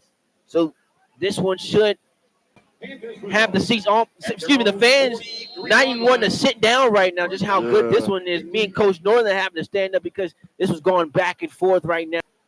But right now the Panthers have this one 1st and 15. Ball's back at their own 43-yard line. Peters working in the shotgun formation. Got 2 receivers to the right, 2 to the left. Going to step up and run. Pocket collapse on him. Now he's going to be able to just dive forward past the 50 inside the Hornets territory. A play that was not designed for him to run, but goes into the Panthers' favor. Yeah, they were running a go with the out route, and the linebacker from Alabama State jumped out which way he wanted to go. So it's good he did pull that back down. Got a little slippage of the ball right there. Yeah, the Panthers able to avoid right there. Another turnover right there just off the snap. Just being a little bit slippy, but Peters able to maintain it. Give a secure handoff to Bingman. Bingman able to run this up the middle for a good gain. Make this about a manageable, say, 3rd and 6, 7, however you want to spot it. Alabama State getting some late substitution in. 1 minute and 10 seconds remaining here in the second quarter. Shotgun formation for Peters. 2 receivers to the left, 1 to the right. 9 seconds left on the play clock. Now some late. They're going to switch over still got time. The formation. 3 seconds left. Coming out this Man way. in motion now. Going to be a jet sweep. Going to be a quarterback keeper. Peters running up the right side. Going to lower that shoulder. They're going to have enough for the first down. We're going to see if they try to work quickly here. You got 49 seconds. Did run out of bounds, so the clock's going to run when the chains get set. And you can see the coach at Alabama State fussing because it seemed like they had 2 guys in motion at the same time. One of them should have had to come set. At the end of the day, that's a good power read. Went out the back door with it. So they've already blown off 10 seconds off that. So now quickly working, there's going to be a pass to the receiver. See him get out of bounds right there. You got to take a timeout. Jackson does. He's able to get his exercise out right there. Just more of a burst of frustration with that jolt right there. Yeah, so times the referee will tell, like you would tell the referee ahead of time, like, look, if we get tackled short of the first down, then I want a timeout. So I'm not sure if he told them, but you could see Coach Colbert and some of the other coaches right there calling timeout. But the referees will say you still have to give me time to signal it. It's not just because you're saying timeout, I still have to signal it and then get the clock stopped. So the clock was at about 9 seconds. So originally they ran off 20 seconds. So you kind of go about poor management right there. But you can say they had no 2nd down and 6, no timeouts remaining, 30 seconds. You wouldn't say you're comfortably in field goal range, but you want to try and make this one a little bit closer if anything is possible. Yeah, you got 30 seconds. If you could probably run 3 more plays. Because if you get past the sticks, you get a first down, get up there and clock it, and you still have 3 downs to get another first down. But you run past the sticks unless you got a guy crossing with somebody running behind him. Throw it past here. Panthers moving from the right side. Moving from right to left. The ball's lined up on the right side. Panthers trying to pick up this blitz. It's going to be a pass. It's going to be incomplete. Had his man on the wheel route, but just put too much height in that one to slow the momentum down. If he could have had just more of a kick there, you would have got what you wanted, the first down and getting out of bounds. And he got lucky, too, because the blitzer went late. If he would have went on time, he probably don't even get that throw off. So 3rd down and 6 now for There might be another quarterback draw as well. You see 2 safeties high, 1 linebacker in the box, so it might be another drawdown. Bingman goes in motion now. Peters looking to pass, going to throw this to the right. Receiver whopping up for the first down. The Panthers trying to hurry up so they can clock it. The clock's going to stop at 21 seconds, so they have enough time to get set. See if they can get a free 5 yards out of it and spike it. Peters trying to point to see if the Alabama defender jumped a little bit on the side, tried to almost pull the snap as the. Well, sometimes what the defensive guys do, they'll make a call like a shift or something like that to try to make the offensive guys move. So they may have done something like that. So the clock's going to stop at 19 seconds. So it's supposed to be 3 seconds automatically, but we at home, so that's a home field advantage, you'll say. So 2nd down and 10 now for the Panthers. Ball is spotted at the Hornets 20-yard line. 19 seconds remaining here in the second quarter. Shotgun formation for Peters. Peters looking to pass. Peters going to have to throw. This one's going to intercepted, tipped up by the Hornets. That's going to be a turnover. That was a great play by the defender. But once again, he had to throw off his back foot, and you're going to get that sometime. Like I say, earlier, he threw it for a touchdown, making the same throw. This one floated a little bit, and his wide receiver didn't see the ball coming as well as he should. The guy tipped it up, and for those at home, he tipped it and then still caught it. So it was a great play by the defense. Yeah, people don't realize how hard that play was. Able to tip it. Yes. Ball tracking awareness. Just by the grace of God, the ball was able to stay floating in the air. We set ourselves up for a great half of football now. Oh, Coach, this is turned into offense and defense so fast. I said first one to 28. We might have to up it to 35 or 42 now. So Hornet defense able to escape one out of that one. Just going to line up and take a knee and just this one. So that's 8 back out there. I'm trying to see if we can catch Body running. So if you're the Hornets, this one all day. We're trailing 14-0 quick in first quarter. Now you're walking away tied 21-21, and you get the ball back to start the half. Yeah. The good thing about it, they say you get the extra possession. They could have doubled up right here. That's the thing about it. You could have doubled up. So, hopefully they'll get a chance to make it exciting and good football minus the turnovers. So we'll take a quick break for this halftime. But when we come back, we'll try to hop in and give you some halftime scores and updates throughout the SWAC and some reports and stats for this first half game. But keep it right where you got it. You're listening to the Open Mic Broadcast Network. The Panthers all tied 21-21.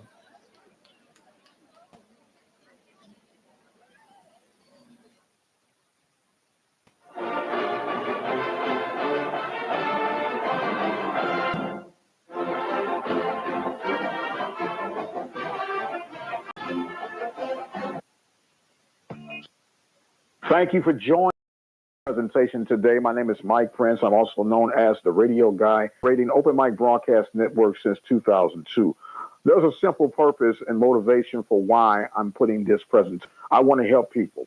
I want to help people get their visions and dreams off the ground without you going broke. It's really that simple. I was inspired many years ago by being able to provide access of connecting families together by way of sporting events or sermons. So what I share with you right now can be done for under $20. Once I laid all this out to you, there would naturally be nothing else you would need to do if you would just simply get your podcast off the ground, running with quality sound. In fact, everything that you're hearing on the presentation are going to be connected with the items that I'm going to make mention of here real soon.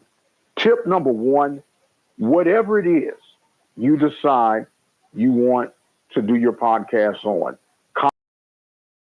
In our case, we cover sports and the gospel.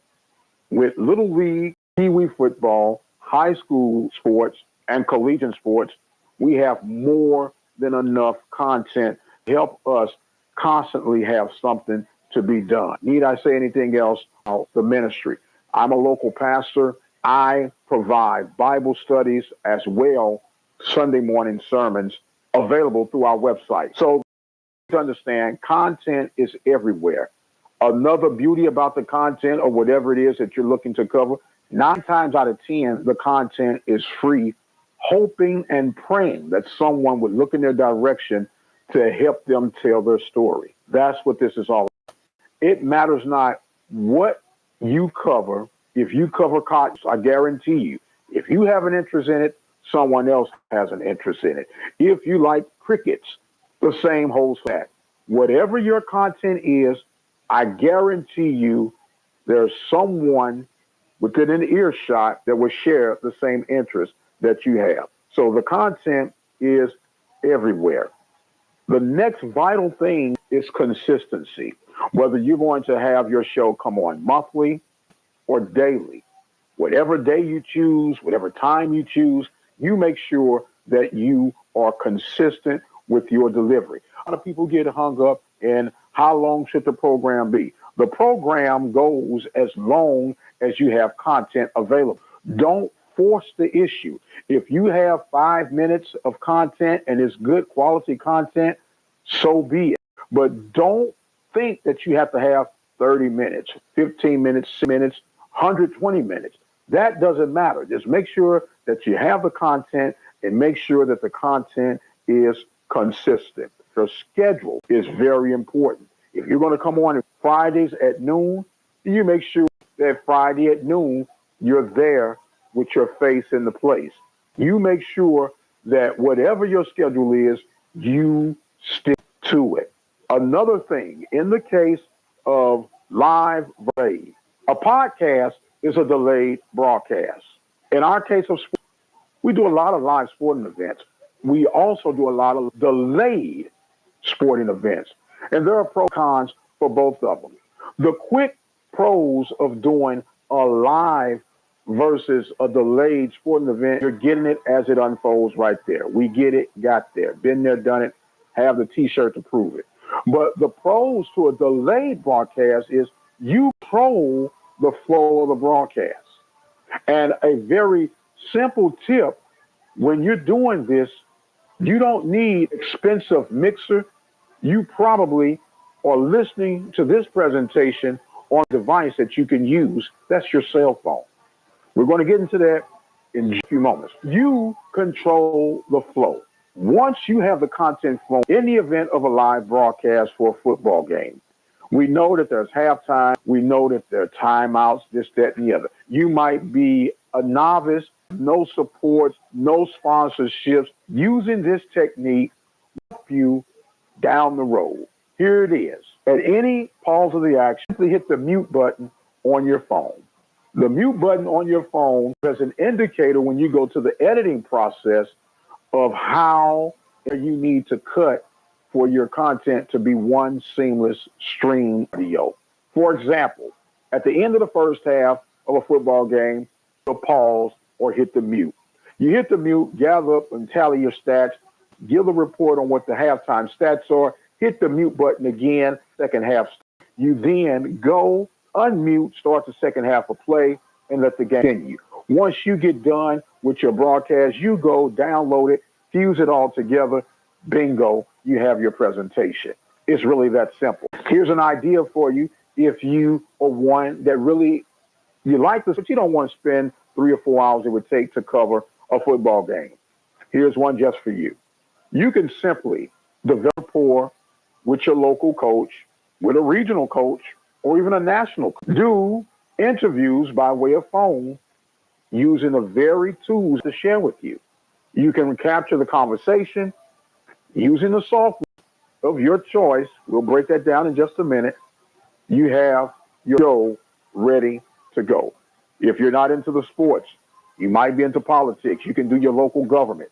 You could take care and interview ministries, pastors, evangelists, share the mission, whatever the information is that you want to get out there and build your listening audience. It is there and ready for making. There are tools that you're going to need to get this project up and running. To have an internet stream flow, or might not have internet access, they could dial a phone number. There they are able to listen to your programming. It's really that simple. I'm in a rural area. All internet is not equal. So what I would do in the matter of a delayed broadcast, we dial it. We do the broadcast. Some that are able to catch the broadcast live, they can catch live. But we're now in a position where we have that broadcast. We take it, edit it to our standard, and there's a 3-step standard that we use that I recommend that anyone uses, and it will help enhance your audio quality. Because trust me, people are concerned about audio quality. And I want you to really understand that. A lot of try to sell you on stereo, when mono will work, especially if you're dealing with talk radio, sports talk radio, or ministry radio. Mono is perfect.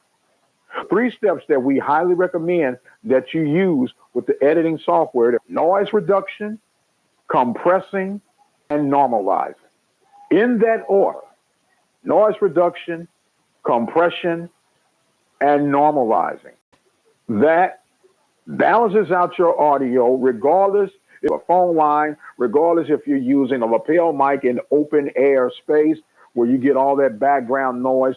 Those 3 steps will help you tremendously enhance and add quality to your show. That we recommend you start off with that will get you in the game for under $20 would be number 1, a lapel mic. You heard me just mention a lapel mic. Here's why I recommend a lapel mic. A lapel mic could actually serve dual purpose if you're a one-man operation. It could serve if you don't have a lot of money. The lapel mic serves as a crowd mic and direct mic for you to speak into. It will pick up the background of the crowd while you're at a game. It will pick up the buzzing noise of the crowd while you're at a political event, while you're at a community event, or while you're at a church service. So there's that dual purpose without you having to invest in a whole lot of equipment. I am using a lapel mic right now. The amount I paid for this lapel mic was $1.78.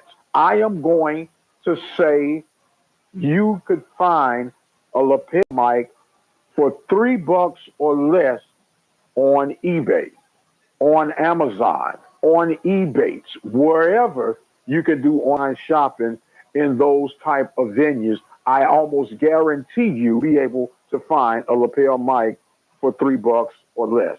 The next thing you're going to need is what is called Y splitter. Now, there are two types of Y splitters. There's a wired Y splitter, and then there's a hard case Y splitter. I highly recommend that you invest in the hard Y splitter. They might be a little bit more expensive, but you should not be able to spend more than $3 for that hard splitter. And the reason being is that when you get over time the wired, it creates a more of a static sound, which is not a good, pleasant sound when you're trying to put your shows together. So far, we spent $3 on the lapel mic. We spent $3 on the Y splitter, and then an upgrade, $5 for some earbuds or a cheap headset. You can go to your dollar store and find some earbuds, probably cheaper than the five just mentioned. But for the intents and purposes of this presentation, we want $5. Some of you listening, you might not like the appeal of a lapel mic. You can go and get a headset mic, once again, from your dollar store. That is all the equipment you would literally. Now, for the magic part of your startup kit, Monster Podcasting, is the audio software program. I am an Android user. I went to Google Play. I found an audio editing program for under $5. So we're going to say $5 for the program. And what you need this program to do are the three things I just made mention of earlier.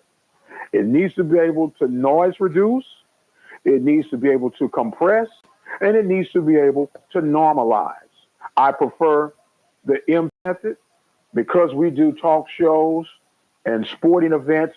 That program and the other items that I just made mention of to you, you could get for under $20. Sally had us at $16 for this presentation. It is really short, that sweet, that simple. I developed a motto here: love what you do, simplify what you do, master you. With that motto, we've been able to take the very tools that you heard me mention, and we are able to generate a podcast that is received throughout the nation. The proof is in the pudding. You can visit at obnradio.com. You might not be in a situation where you could actually, no need to worry, no need to panic. You could use your Facebook page. You could create a Facebook page absolutely free.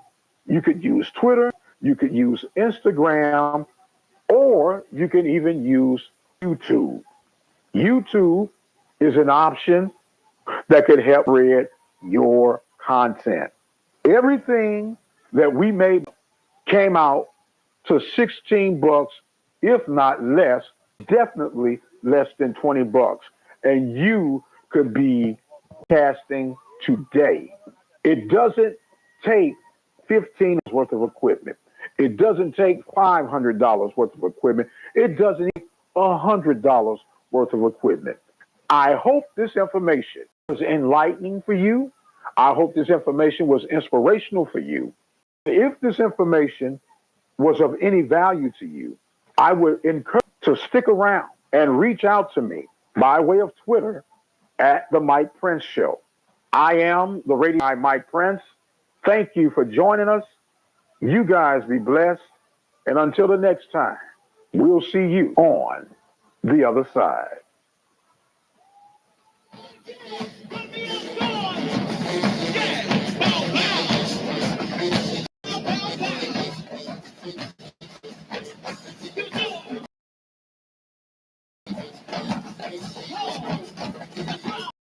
Mike Broadcast Network.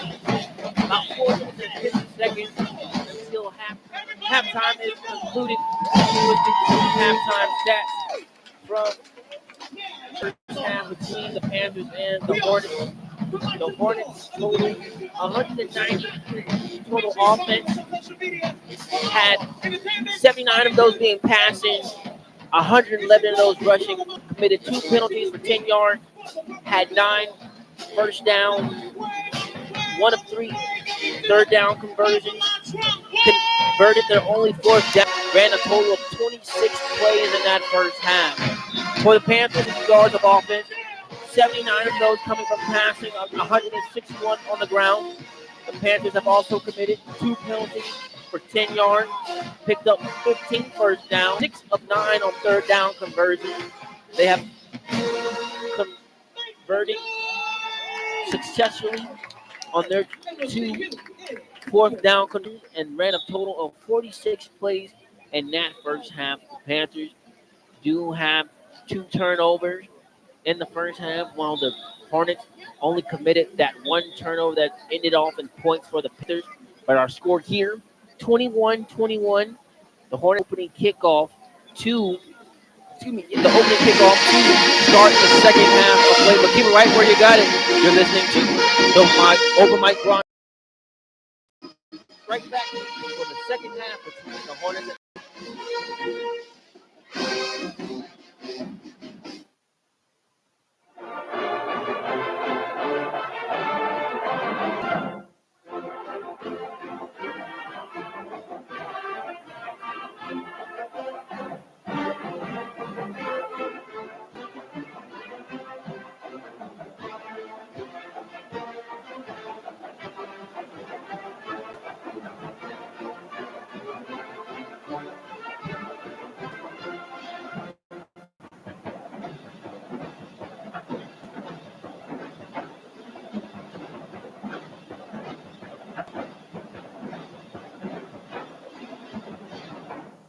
The Prairie View Athletic Club has been serving and supporting student athletes since 1980.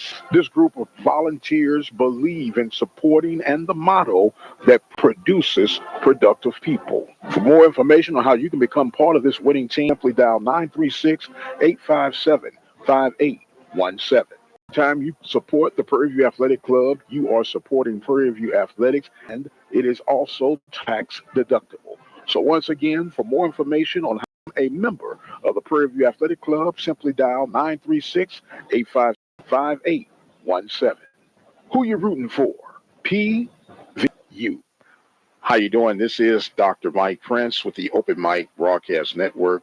First, we'd like to say thank you guys for joining in with us for our daily content we create here at the network, and we cannot get it done without your continued support.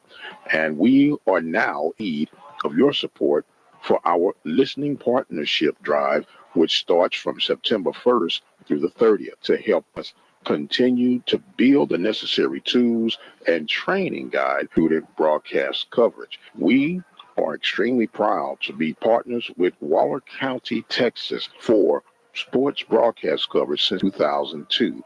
We were awarded the 2012 Media Excellence Award from the Texas Association of School Boards, and we are continually growing and building.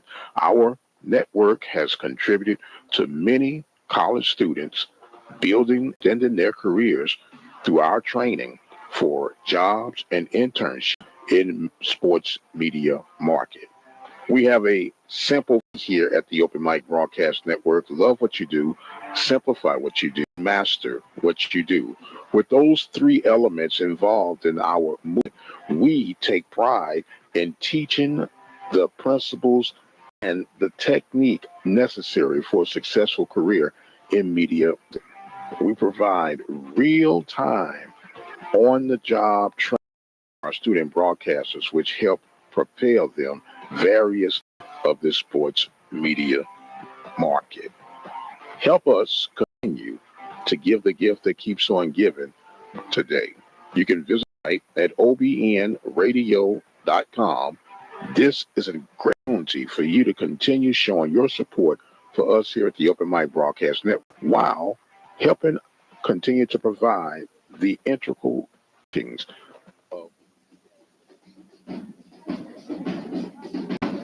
And welcome back, ladies and gentlemen, to the Open Mic Broadcast Network here at Pantheon Blackshear Field, where we're all tied at 21.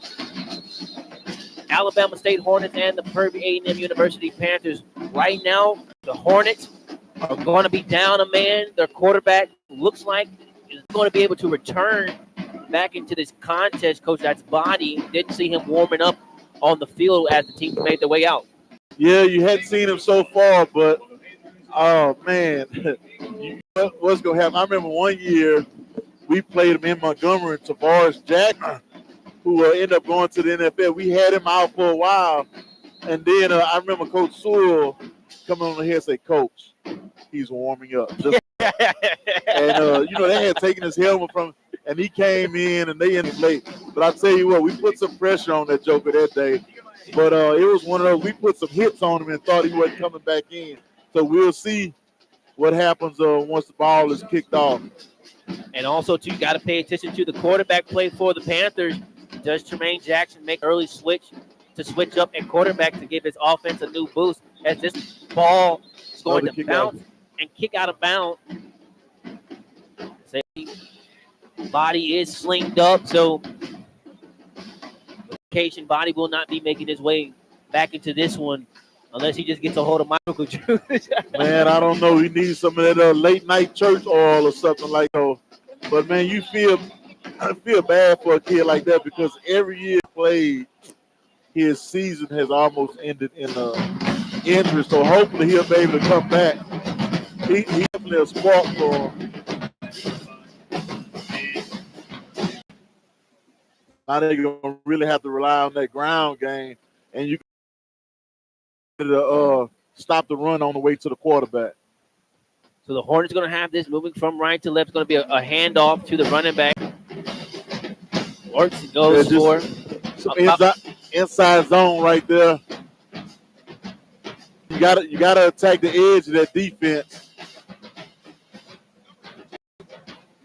So Holzwalk carry goes for about 4 yards, so it's going to make it a second down and 6 for the Hornets. The Hornets again moving from right to left. Helmet, white top, black pants. Ball's going to hand off to Holzwalk again, running to the right. Made a cut back up to the middle, then tried to bounce it back outside, but we have penalty markers coming. Looks like there might be a face mask. Yeah, look like it's yeah, guy diving in, trying to make a tackle. And with these short running backs, sometimes they just reach their hand out, grabbing for anything, and right there be the guy's face mask. So we're able to get the correct call due to the excellency at the end of that one. Now the Hornets will have this one past midfield inside the Panthers territory, officially at the Panthers 41. Ball's going to be handed off to the running back on a small delay, and it's going to be still on his feet about the 30, looking for a block. It's going to stiff arm run out of bounds at 25. Look like he got away with other face masks, that he's running and grabbing for it. But nevertheless, it's another first down for the Panthers. If he doesn't pull on it, sometimes you can get away with it. Because really, the referees look at body language more than they see stuff. So Alabama State has this one, 1st and 10 inside the Panthers 23. Take a shot towards the end zone. It's going to be incomplete. Has some fighting and going on while that ball was in the air, but good coverage by the Panthers. The guy from Alabama State jersey pulled all the way down, but the referee said if it's no advantage game. So the new quarterback, Smooth, is going to be taking over the duties for the Hornets here, trying to see if we can carry this Hornets to a win. That pass was intended to wide receiver number 10 for the Hornets, and good coverage by the Panthers corner number 27, Jalen Shelton. So now this is going to be a handoff to the running back. Fall forward for about a 2-yard gain. That's number 23 on the carry. Now, I want to say he's a Houston native as well. I can't think of what high school he went to, but I know he's from Houston.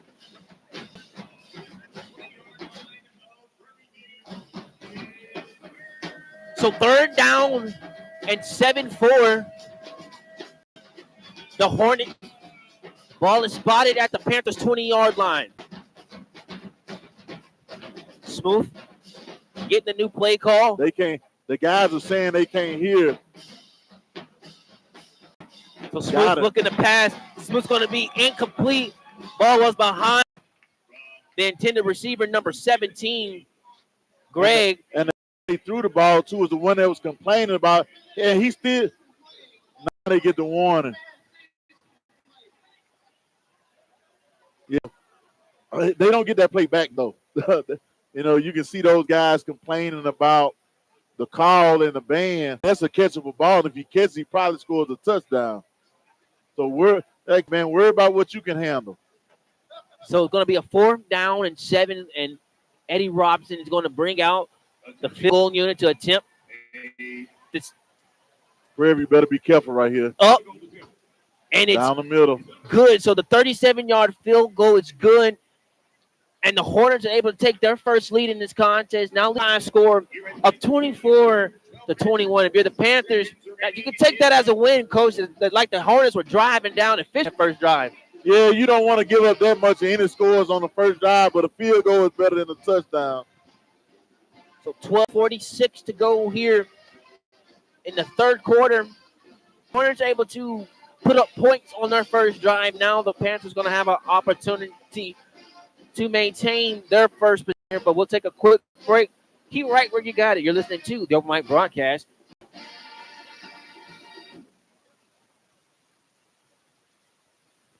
Community Report.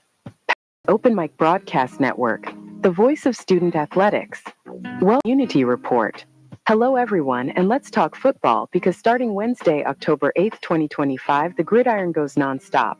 For the next 49 days, there will be at least one football game every single day, either college or NFL. That's right, we're entering one of the most exciting stretches of the sports calendar, where football takes center stage across all levels of play. Fans can expect a steady lineup featuring schools and teams from every corner of the country. You'll see action from the Power 4 conferences. That's the Big 10, SEC, ACC, and Big 12, along with the group of 6 leagues that continue to deliver high-energy matchups and surprise prizes.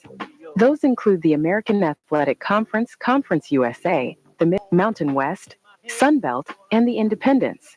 This marathon stretch of games means something's always... And welcome back here, ladies and gentlemen, to Panther Stadium. Only here on the Open Mic Broadcast Network, Coach. We got a good one so far. The Alabama State Hornets were able to take their first lead in this contest. Yeah, you know, coming down 14 to come back and take a lead speaks well of their program. You know, just the belief in those guys over there that with that offense there. Now the biggest thing is which defense going to step up and get a couple stops because it's going to come down to one stop or two. And then for Alabama State, with their backup again, that's a whole nother ball game that they have to deal with. Some quick score out the SWAC before we jump right back into this one. Alabama A&M leading Grambling time. Alcorn State leading Texas Southern by a score of 14-7 at halftime. Arkansas Pine Bluff is up 24 over Southern, and Bethune-Cookman is beating Mississippi Valley State by a score of 17. That wind is making that ball hang up now. You can see the effect having on the game. Stewart trying to slip through a hole, being shoelace, tried to fight his way through it, but couldn't do so. But it's going down. Hope he doesn't stay down. They say sometimes you're more scared than you are hurt. You're like, man, something don't feel right. You know, something different until you put some weight on it. But yeah, he's an important part of the offense. Yeah, Jones right there was showing a little gimpy right there, but to get up and run off to the Panther sideline here to the west side. So now the Panthers going to have this one, their first time. Short clock, too, so they need to hurry up and get this play off. Play clock is at 2 seconds. Peters in the shotgun formation, back in that quarterback. Going to hands it off to Bingman. Bingman trying to bounce out to the right side. Dance his way and make a couple defenders miss. probably running too much north and east and west right there. Couldn't get south. Probably only got a gain of 2. Well, they had the edge over here set pretty good. It was fortunate that but they ran an inside zone and they fold in the backside, put in the gap automatically. See, there it is right there. This time, Bateman trying to run this back to the side again. Again, Panthers moving from left to right. And this time, he's going to have a better yard gainage on that one. So it's going to make it the 3rd down, and manageable. He's going to say about a 3rd down and 4. See if you get a bootleg to the field. Peters lined up in the shotgun tried to get the Hornets to jump off sides right there to no avail. So now he's going to change the play call. He's going to change the formation. Going to have 3 receivers lined up to his left, 1 to his right. So they must be playing man because you saw the linebacker leave out with that guy. So it may be another quarterback draw type of deal. Bateman looking to pass the ball. Going to be tipped out the offense at the line of scrimmage. Going to be picked off by the Hornets once again. That was a great play by the defense lineman, getting his hand on the ball on the screen, and it was wide open. See, he probably would have scored a touchdown if he gets his hand on the ball. See, the Hornets are trying to keep themselves maintained right there after that huge, as the coaches has to try to keep the team just on their just so they don't get any more negative yardage added on. This one got good starting field position. Going to get this one starting inside the Panthers 33-yard line. If you Alabama State, all you want to do is get a ball out of this drive. Don't lose any yards. Get you a couple first downs. So Smooth working in the shotgun formation. Going to hand this off to the running back. Walks. Going to maybe get a gain of, that's the correction, number 23 in. That is Kirkendall on the carry. He's going to say he got a gain of 3 yards. Yeah, they're going to come back to that play because they had 2 pullers coming away, and nobody was outside the first puller. So somebody in there, they're going to say same play, tell the quarterback keep it. So 11 minutes remain here in the 3rd quarter. The Panthers trailing now by a score of 4-21. And the Hornets have the ball here. 2nd down and 6. Ball at 23-yard line. Man in motion comes all the way from left to right. Now it's going to be a fake Smooch. Smooch trying to run this to the right side. Going to connect with this tight end. Tight end spins his way to the first marker. Pass it by a yard. So picked up 7 on the reception. Yeah, that's the same play, but they ran a bootleg off of it. So, like I said, they're going to come back to it, and don't be surprised if the quarterback don't just keep it and run it, because now that the guy that caught the ball into a blocker. So now the Hornets have this fresh downs, 1st and 10 for them. Ball is spotted at the Panthers' 15-yard line. Substitution coming for the Panthers. Now the official moves from the ball because Panthers were able to get that substitution because the Hornets substituted. So now we're ready to put 11 on the defense, 11 on the offense. Pistol formation for Smooth. Smooth's going to try to connect this one to the wide receiver. The corner right there for the man safety. Zachary right there. Zachary more worried about the hit. No, sir, the safety right there, number 35 for the Panthers. That was Ward more worried about the hit. Turnover for the Panthers. Yeah, but great coach right there. Had a chance, but the windows are so tight right here. So you sort of have to win outside, or you have to win with double moves. It's hard to just win on your first move in the red zone. 9:59. Ball is spotted still at the Panthers' 15-yard line. Confirmation for Smooth. Got 2 receivers to his right, 1 to his left. Now the fullback that was lined up on the lead Walker for his running back on the right side. The play that's going that way and that's a good I want to say that's Randall. That play is going to go for about a 4 yards. So nice design to go to the right side to pick up the 4 yards. They're going to make this a down and say 6 now for the Hornets. Lined up right about the right hash.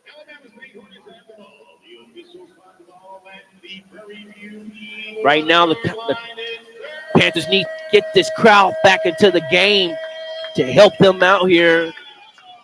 And if they can try to just minimize again this Hornets offense to 3. So now man comes in motion from left to right now. Smooth drops back, looking pass. This one's going to be completed to his receiver, trying to stay in bounds. He ran out of bounds after making the reception. Going to be about 2-yard shot zone. Needed 6, got 8. That's a good read. The quarterback went in motion. He knew it was man-to-man, so he knew he could beat him. As long as he throws the ball outside, he could complete that pass. If it's a back shoulder throw, they probably going to be getting the fight song for Prairie View ready because he's going to intercept that ball. So now we got 1st and goal at the 2-yard line. Panthers trying to see if they can get a defensive stop here. You got a special lineup right now. They about to get a delay of game. Okay. 3 seconds, 2 seconds. It's going to be a handoff Touchdown. to the big boy running back. Is going to be going in untouched for the 2-yard touchdown. And I know Coach Green over there was the offensive line at Prairie View a while back, so he got to be pretty proud of his guys running the ball in for a touchdown. 8:30 remain third quarter. The Hornets able to add 3 on their first drive, but able to capitalize on the turnover and make this now a 30-20 point, pinning the point after attempt. The snap is good. The kick blocked. Still got through. And still got through. Got to get some height. He was hitting something low in the pregame. The thing, you know, you come back and get the lead. That's one of the things they pride in. The Prairie View was getting all the breaks with field position.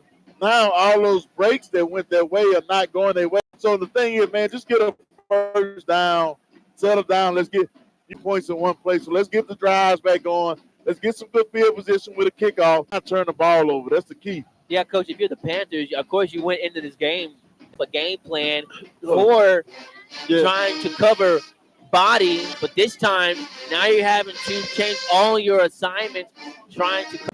But at the end of the day, you still got to play defense, Coach. Even though you had to adjust from coming from the starter quarterback, you were mostly worried about now the smooth. Hey, man, a lot of time a guy like that, he don't have anything to lose. So he knows good runner of the football. You mix in some throws, man, that joker going to have, you know, Steve McNair, Doug Williams or somebody, you know, because they come on. And then they making the reads for him pretty. Now, he tried to squeeze one, but if you run with motion, he know I got the guy going to the outside on the wing. 30 remaining here in the third quarter. Alabama State would have told them that they'll be leading this game right now, trailing by a score of 14. Yes. I doubt it, but all the confidence in the world will tell you, yes, sir, we'd be winning this game right now. Now, you can flip it on the Panther side. Would you be winning this game 14-0 coming out to start? Now you're trailing 10 here, but there's a lot of time left. A lot of time left in there. Look, man, they done been down before and came back. So but the thing about it is, this is a good team, so you can't give them points. So some of those other teams that they came back and won on may not have been that good. So you got to stick to your P's and Q's right here, especially on a team that's coming in hot right now. That's been the Alabama State, and of course the Panthers that's been hot. But right now somebody's got to cool off, and right now the Panthers team that's cooling off right now. So they got 8 minutes and 30 seconds to try to regain some momentum back here before this game gets out of hand, Coach. Yeah, like you say, all it takes is one play to make it a 3-point game. So there's no need to press. Yes, sir. Get it all back in one play. So just keep on playing football. Don't turn the ball over.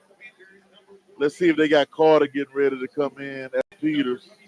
Again, remind the listeners, the Panthers coming in wearing the purple top, gold numbers outlined in white.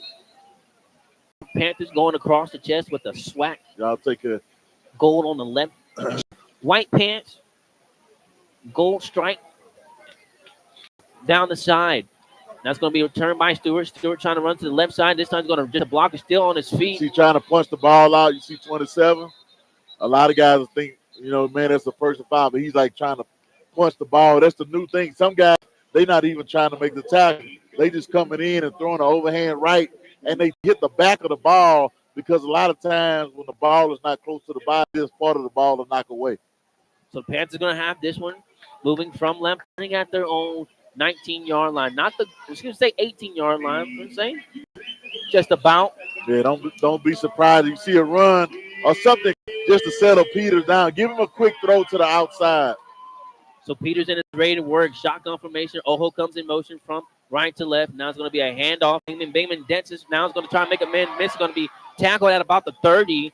Nice bind the Hornets to get low on Bingman right there. The 5'9" dude. If he was able to get away from that when Bingman was able to bust that one out. That's the best thing for a quarterback, a good running game. Yes, sir. A good run. Has this one a 1st and 10 play now for the Panthers. Shotgun formation for Peters. Changing the wide receivers route right there. Now going to try to just throw this one to wide receiver Rockwell. Somehow, some way was able to connect with Rockwell. Looked like that was another play to going for a sack and negative play for the Panthers. Well, the quarterback gave the receiver a hitch. He did. So he gave him a hitch route, but it was covered. He probably still could have thrown it. And then he came back to this side late. It's going to be a handoff to Bingman. Bingman trying to run to the right side.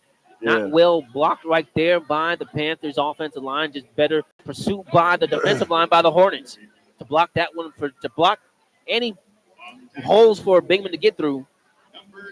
3rd and 1, they got McDonald.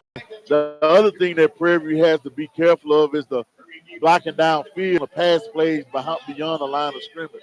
Because of the time, and when the timing gets thrown off, you'll end up with a silly penalty that's really not anybody's fault, but it just happens that way.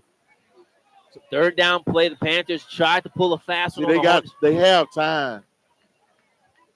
Got 4 seconds left on the play clock. Now the man comes in motion. High snap, but maintained by Peters. Going to hand this off to McDowell. McDowell trying to run and spin forward for the 1st down. He did 1. You're going to say he got about 3 right there. It just inside zone, get to the finals a yard or 2 in there.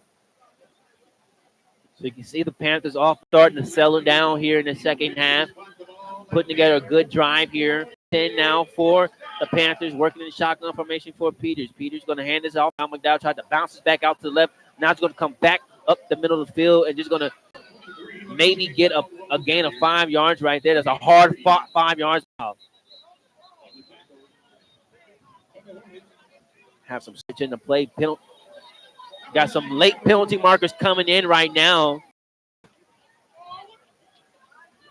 Well, you see the guys from Alabama complaining about the face mask or hands to the face. There's some confusion going on, too. You can see guys pointing and running.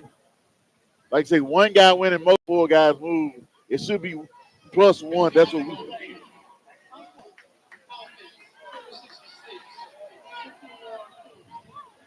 I thought it was on Alabama State.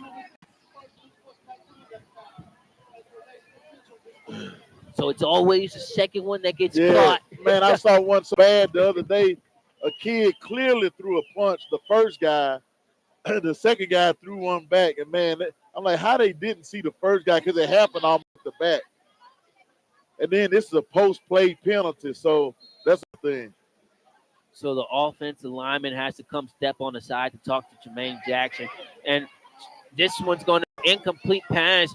Peters not on the same connection. You probably could have threw it to Oho. Had no defenders within 5 yards right there on the. Yeah. He really wanted to get the ball, but Jones was covered. And they probably saw that coming. You probably won't see him throw the ball over the middle of the field for the rest of the game unless the joker is wide open. So that 2nd down and 25 play ends up in an income. So now it's a 3rd down and 25. You see, they still got a lot of talking going on in the secondary for Alabama State. Peters trying to avoid the pressure. Now he's going to dance. Aldridge is going to throw it away. This one might be intentional grounding. Yes. He's not out of the pocket. But they're trying to say Rockwell was the closest receiver, but Man. I do think that's all a little bit fugazi right there. Well, you would take that if you Prairie View. We got an injured.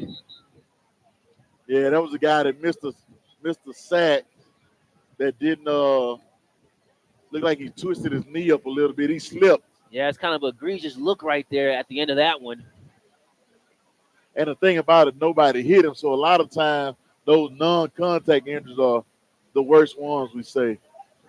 So it's going to stop the clock here at 5:47. Alabama State leading by 21-21 over the Prairie View A&M University Panthers. We'll take a quick break for the injury timeout, but keep it right where you got it. You're listening to the Open Mic Broadcast Network.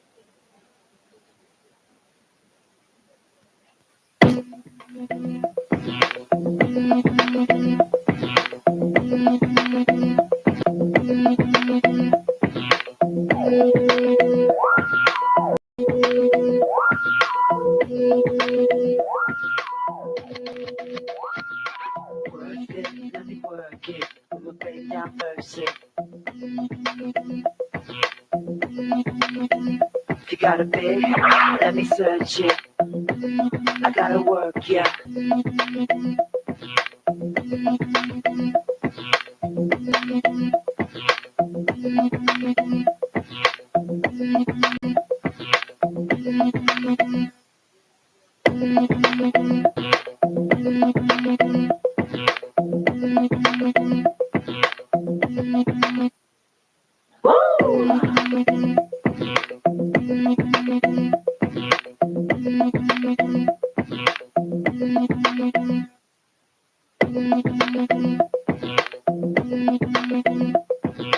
Work it.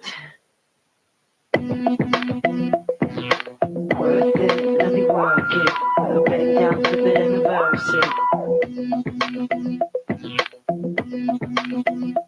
If you got a big, let me search it. I gotta work, yeah.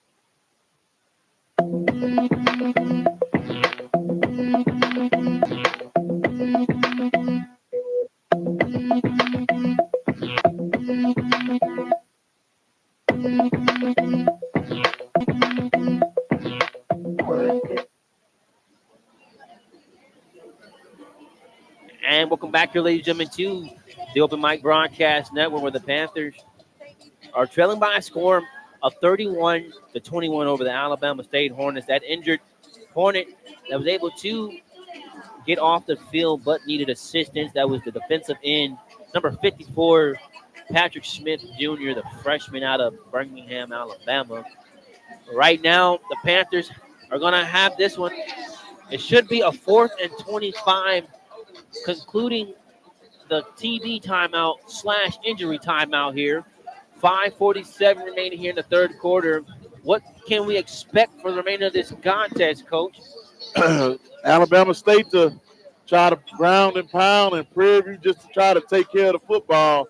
And I know Coach Jackson harp on those penalties. I think they've had about maybe 7-ish penalties right now, not counting the personal foul, which is the most egregious that you can get.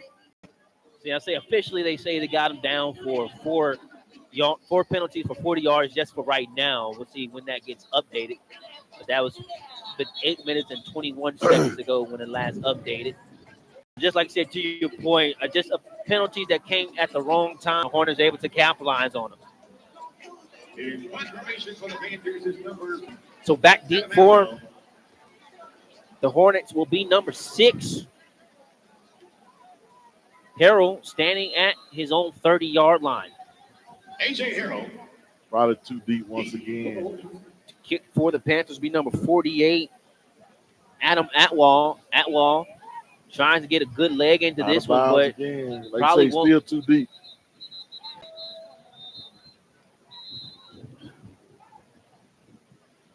So depending on the spot, we'll see where the Hornets get this one moving from right to left. Saying right around their 30-yard line, right where Harwell, Harrell was standing at. Yeah, that's one of those. If you Alabama State coach, you question in that spot where it went out of bounds, but it did happen on Prairie View sideline. So that's one of those things. Like sometimes you look at it, but you go back and look at the film, like man, they're not even close. So Smoot in leading the Hornets offense right now. It's going to be a handoff to the running back. Trying to run to the left side. Holzwalt going to pick up a good gain. We'll say about 4 or 5 yards right there. Yeah, one natural zone by the quarterback holding it. So now Smoot to the wide receiver on the design screen, going to the right side of the field. But that's just a poor thrown ball by Smoot. It'd be good that it was a badly thrown ball, because if not, Prairie View linebacker was out there, so he might have intercepted that pass. Yeah, that ball had to be thrown more towards the feet area for an incomplete pass. So now it's going to be a 3rd down and 5, now 4. Off the clock. Clock's going to stop at 5:14. So the Panthers are trying to see if they can get a stop here and get that offense back on the field. Shotgun formation for Smoot. Smoot's going to hand this off to the running back. Good hit. Maybe a yard short. It's a good tackle by 7 right there. Going to be about a yard short, a yard shy. Going to bring out the punting unit right now for Eddie Robinson and the Hornets team, but you got to watch out for the fake if you're the Panthers. Yeah, that's a great Prairie View leaving their defense out there. So 9 times out of 10, when they leave the defense out, you're not going to see a fake. You have Dennis, the return man, trying to position. He's lined up right now at the 25 right now.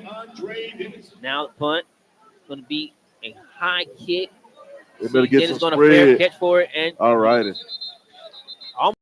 Pay for those acting classes. We get an extra 15 out of that one. Ball out a little bit. Had 4 defenders right there trying to sniff them out, and then it's called for that fair catch. And the punter helped those guys out. The punter helped those guys out by holding the ball for a second. So it's not like the pro game where you can't leave until the ball is. So 4:23 remaining here in the third quarter. The Panthers now get another crack at it to get into this Hornets lead. Shotgun formation for Peters. 2 receivers to the left, 1 to the right. Bing fake the handoff to Bing. Oh, line down. It's going to be incomplete pass. Ball behind his intended receiver, Rockwell. If he's able to hit Rockwell in stride, the mouse call right there. I mean, that's a catchable pass right there. You hear a lot of people. The other thing is, look at the lineman for Prairie. I love 75 way downfield. I'm not going to call his name. But that's my guy. He got a lot of pancakes in one game I was watching. Good job passing the blitz off. There you go. This time able to make the jumping snap reception was Rockwell. Talking a little talk after that one. Yeah, he caught him in a cover 3 and went full verts. A nice easy throw. He didn't put too much mustard on it, as they say. So now the Panthers offense moving a little bit more assertively here. Peters looking to pass.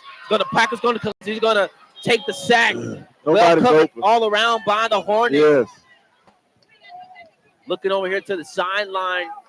You see Carter now.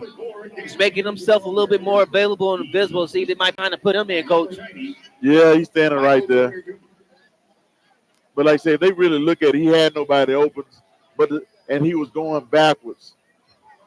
So didn't have anybody to throw it to. If he'd have thrown that ball, it probably would have got intercepted because he wouldn't have had a lot of arm on it. 2nd down and 18 now. Peters going to his tight end, number 5, John. Is just going to get back some of the sack yardage right there. Make this much. I say a 3rd down and manageable, but it's 3rd and 11 now for the Panthers. Yes. A more manageable than a 3rd and super long. You good, man. Shotgun formation for Peters. Got the wheel right up top. Looking to pass. Now he's going to step up and take this. Got an angle. Got to the 50. Does he have enough for the 1st down? Needs to get past the 50 to the 48 of the Hornets. So he might be a yard shy. So it might be a good 4 yards as opposed. On the tackle, number 33. Jermaine Jackson looking like he's keeping the all on the field right now. So there was a different spot. So now it's saying it's a 3 after that run by Peters. We got a stoppage in the play. Eddie Robinson has to take a timeout. See, the referee should have still been standing over the ball because Prairie View substituted while all that was going on. They didn't give a state time. Alabama State had to take a timeout. They have to take a timeout. It's going to leave them with 2 timeouts remaining here in the second half. So we'll keep right where you got it. You're listening to the Open Mic Broadcast Network.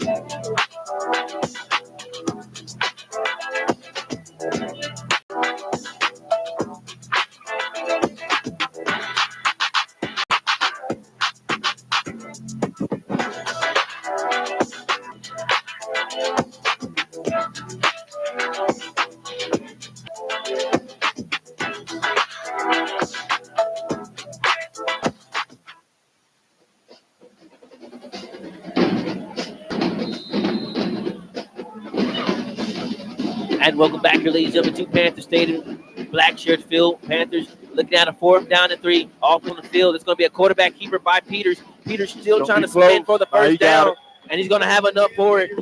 Needed to get 3 and got 5. Yeah, that's the second gone to that play. And he's not going front side with he's cutting it back a bit on that power read. So Peters able to keep the drive alive for Prairie View University team. So now it's going to be a 1st and 10 for the Panthers. Ball is past mid. We'll say right at midfield. We'll say past midfield at the Hornets yard line. 1 minute and 45 seconds to go here in the 3rd quarter. Peters talking the new play call to the offensive line. Now giving the last minute detailing to Bateman. Fakes the handoff to Bateman. Steps up in the pocket. Has all day to throw. It's going to be incomplete. Swatted down as the ball is trying to be caught by Bateman. So it's going to make this a 2nd down. The intended receiver, number 20, Chase Bigman. Clock's going to stop at 1:28. 2nd down and 10 for the Panthers. Some substitution coming in now for the Panthers. Peters going to be lined up in the shotgun formation for this play. Got 2 receivers to the right, 2 to the left. Bingman lined up on the right side. Corners for the Hornets kind of sagging off about 10 yards right now, but now the one from the far left press just a little bit.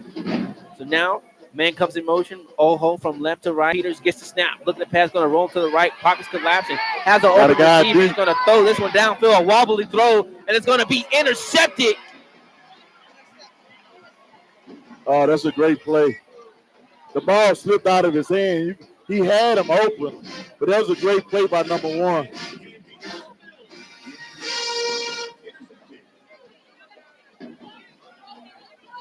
So Cam Peters throws his 3rd interception at a costly time where the Panthers needed the most. He's going to turn the ball over on downs to the Hornets. 1 minute and 16 seconds here in the 3rd quarter. Hornets leading by a score of 31-21. Thing about it, Prairie View might get a safety right here. If you Alabama State, snap it and tell your quarterback, you just run the ball. And the band got another warning. I don't even know if they can hear it, though. The band, if Prairie View needs to stop playing right now, before a penalty marker. Yeah. Right. And they can throw a penalty for unsportsmanlike conduct on the team. So and you don't need that right now. It right now. Nah, not at all. The ball's at the 3-yard line. It would have gave them a free 15. So the Hornets trying to get a free 5 right there, try to get the Panthers to jump off signs, but to no avail. It's going to be a regular handoff to the running back just to get some breathing room. He's going to get this one, let's say, about the 8-yard line. A good 5. The scoreboard says 1st and 3. But the ball is on the 3-yard line, so they may be having some issues up there. So 2nd down and 5 now for the Hornet. Ball is spotted at their own 8-yard line. 45 seconds remaining here in the 3rd quarter.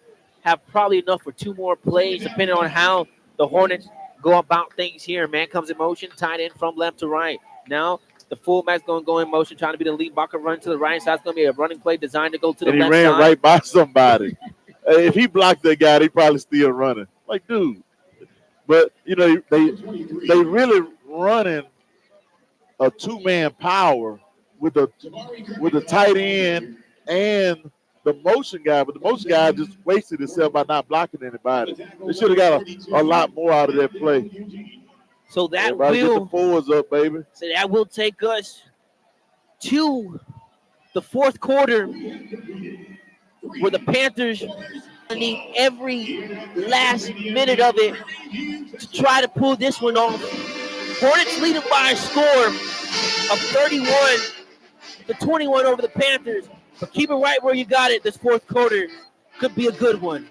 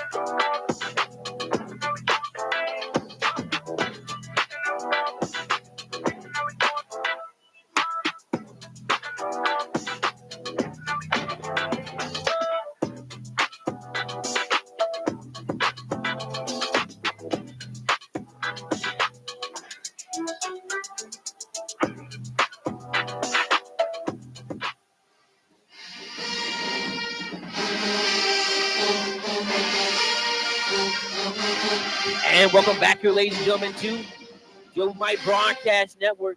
As it is getting hot in here, as this will be the last quarter where the Panthers can try to fight back here. Trailing by 10, Coach. You got 15 minutes left to put all your best eggs out there, Coach. Man, the thing is, right here, let's get a stop. And then you have great field position. You think if you make them punt it from right here, you probably going to get the ball at the 40, which goes back to the plays that they were getting a good field position early in the game. So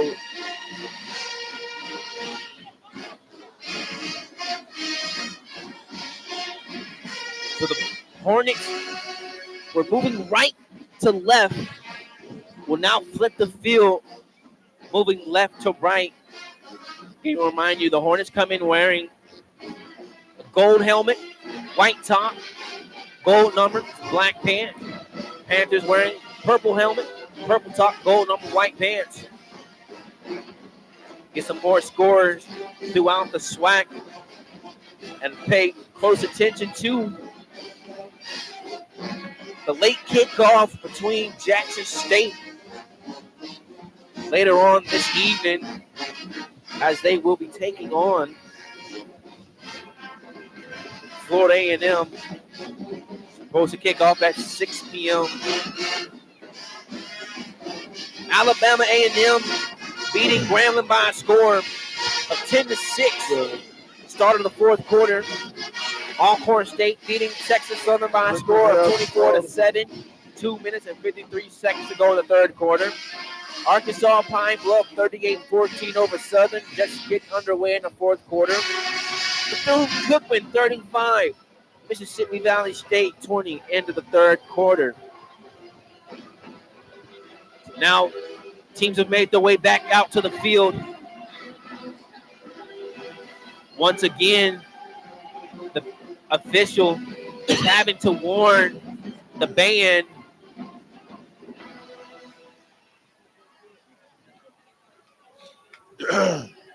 Prairie View Pan has to be cautious right there. They don't want to give away free 15 to this Alabama State offense. So now we're ready to resume. First and 10 play is going to be handoff to the running back. Try to run to the left side. It's going to be able to get about 8 yards right there until he ran out of bounds. But we do have a penalty mark come in after the play.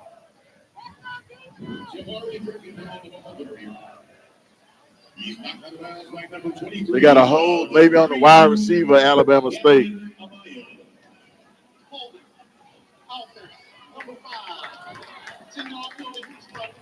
Right at the first down.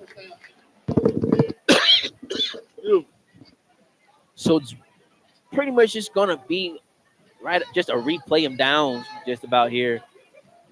Just when he had got the first down, that's when the penalty marker comes in. So after the official spot, they're going to say this is a first down and 12 play now for the Hornets. Ball's pushed all the way back to their own 11-yard line. Shotgun formation for Smooth. Man in motion from the left comes now to the three receiver side, trying to run this one too. The running back's going to be wrapped up, getting back about a yard shy of the original line of scrimmage. So they're going to say you got a 2-yard gain, make this a second down and 11. Yeah, good job by the defensive end up top, making the play for the Panthers.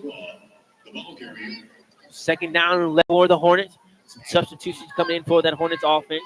Now late substitutions coming for the Panthers.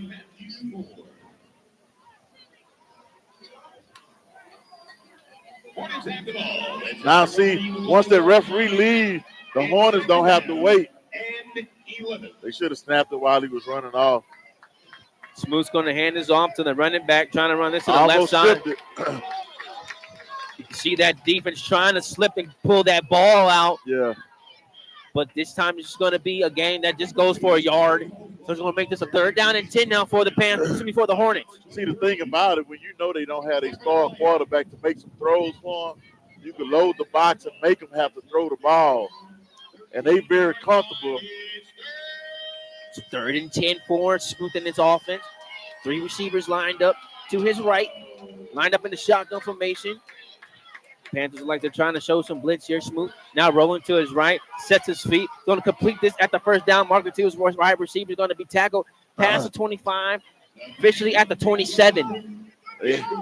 They had a guy right there. He just didn't see him. But like I say, you telling the guys when the quarterback moves, you have to move with him, and the guy just sat down. But it's hard for you to see somebody behind you. Got to take a peek. So that's all they did. Full strong, roll out. You see that every day in football. Panthers defense give up the long third down conversion for a first down to keep the drive alive for the Hornets here. So Now now you're probably going to see 2 runs in a row or either play action. But I'm thinking run the ball right at them and eat up some of that clock. shotgun formation for a Smooth. 2 receivers to the right. It's going to be another handoff to the running back. Going to try to run this one to the right side, but somehow just gets pulled forward graciously by a Panthers defender right there instead of trying to tackle him backwards. Yeah. I think they're just trying to get him drowned instead of, always thinking, man, I got to drive him back type of deal. So that game goes for, say about 2, but it's a long 2 short 3s. So we're going to say 2nd down and 7 for the Hornets.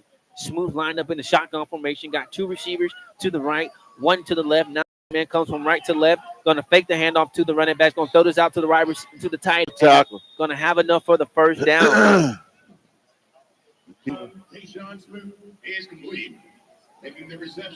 Clock's going to stop momentarily, but now the head official is going to signal for it to continue to roll here.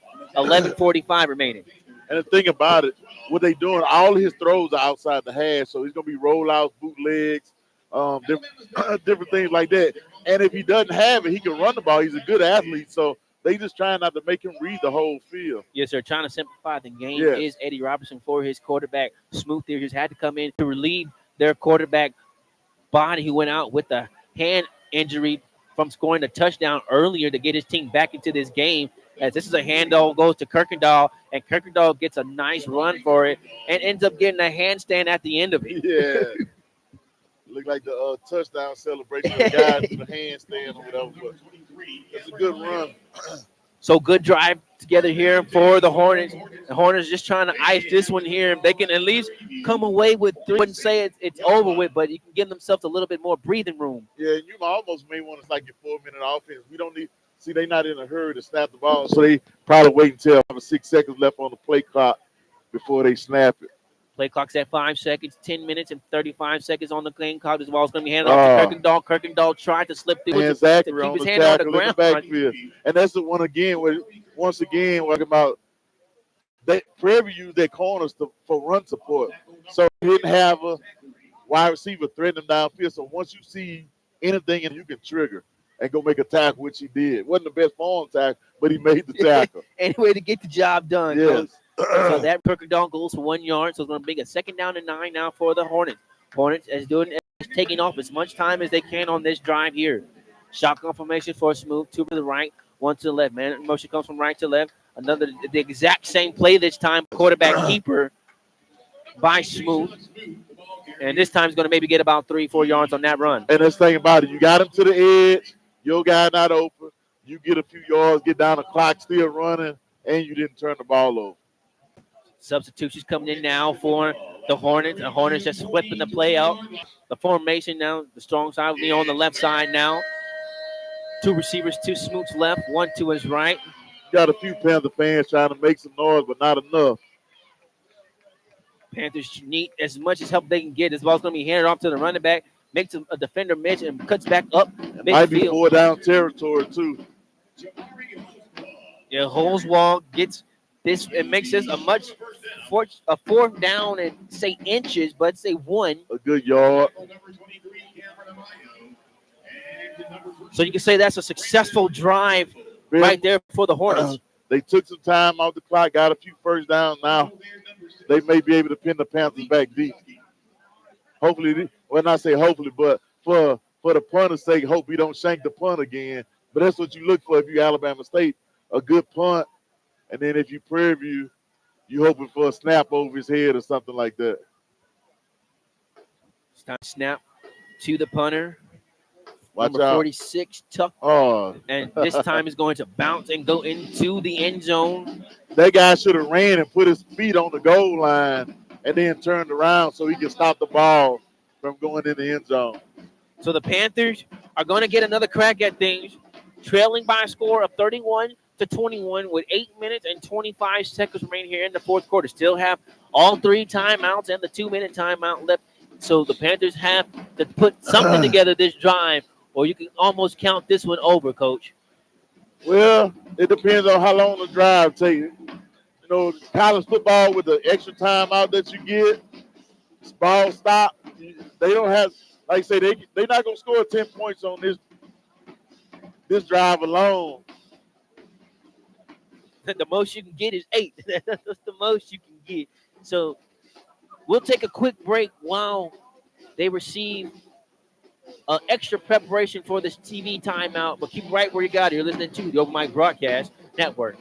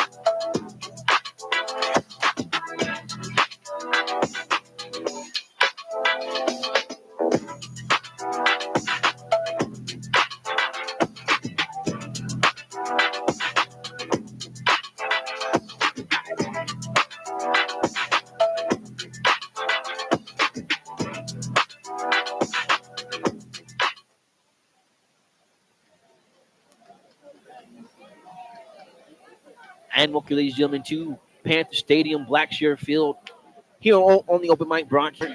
Panthers trailing by a score of 31-21 to the Alabama State Hornets. Panthers do have the ball here. First and 10, ball started at their own 25-yard line. Like I say, still plenty of time. A 10-point game, man. People don't realize how much. 8 minutes. 8 minutes, 10 points. You still got a lot of time. Yeah, you can look almost in the disgust off of the fans right there, just off of that play right there. Even though Chase Bingham is able to pick up 5 yards right there, they're kind of questioning why they're just being so conservative on that run. But you got to still play the game completely all the way through. So now it's all it takes is one play. Then we go with another penalty. It's going to be a false start, probably everybody but the center again for the offense. Yeah. Penalty flags on the field before the break.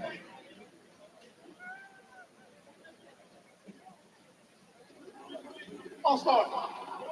Offense number 74. So false start's going to push the Panthers back now 5 yards. Steady grow irritation from these faithful fans that are here. They were off to a great start and trying to find their joy back here, trying to support this team. Second down and 11 now for the Panthers. Peters working in the shotgun formation, going to connect this to Dennis. Dennis trying to outrun the miss, one-man miss, going to be tackled at about the 50. Dennis was able to slant across the field, had one defender to beat, but in the process, all it takes is one play. You know, people getting antsy and complaining and all that, but all it takes is one play to get a guy going. So first and 10 now for the Panthers. Of course, they're going to work quickly here on this next first down play. They're going to change the formation, make it a little bit tighter now, working in the shotgun formation. Peters looking to pass. Going to throw this one to no one that's in the vicinity of the area, but we do have a penalty marker that's coming down as Dennis is finally going to get the first pass interference. Well, they tripped the guy. They ran a flea flicker, and a guy from Alabama State sort of hooked the guy that he wanted to throw the ball to. So it may be more defensive holding than pass interference. So the officiating crew is going to get together. They threw it and finally got it down right about the 41 on the Hornets sideline. To your point, Coach, like I said, probably not enough for a pass interference call. It almost looks like they're trying to talk him out of it. Because they're going to say, would he have caught that ball if the guy wouldn't have? So it should be defensive holding more than pass interference. Yeah, where that ball was thrown at by Peters was no Panther receiver in the area, so I can see why they might mitigate that play and that foul. Yeah, he had him coming on the crossing route. But this referee, the back judge, saw it. Officiating crew is still pleading their case here.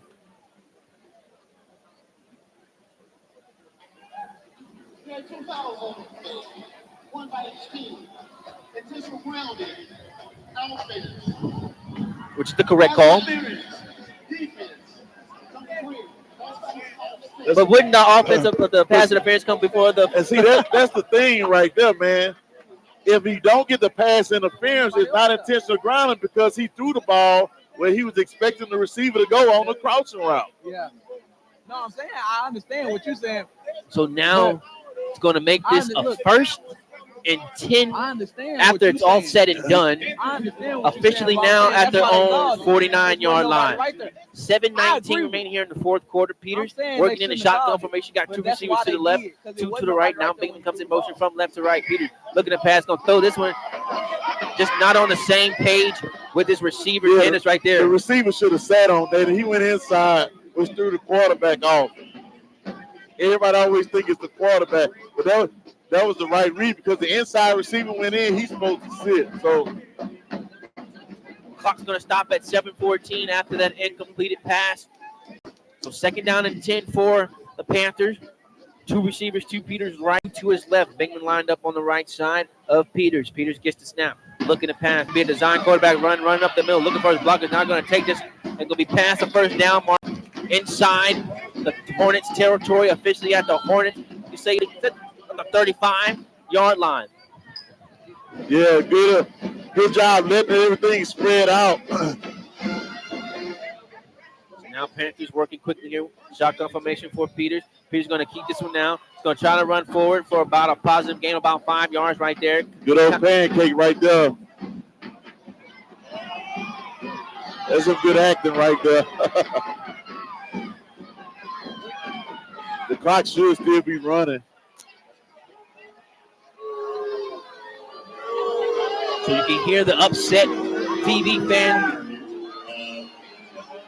not getting what they deemed as a personal foul, but it's going to be a second down and 5 for the Panthers. Shotgun formation for Peters. 2 to the right, 2 to the left. Peters, he got the pass, going to take a shot to the receiver. Oh, and it's going to be caught for the touchdown.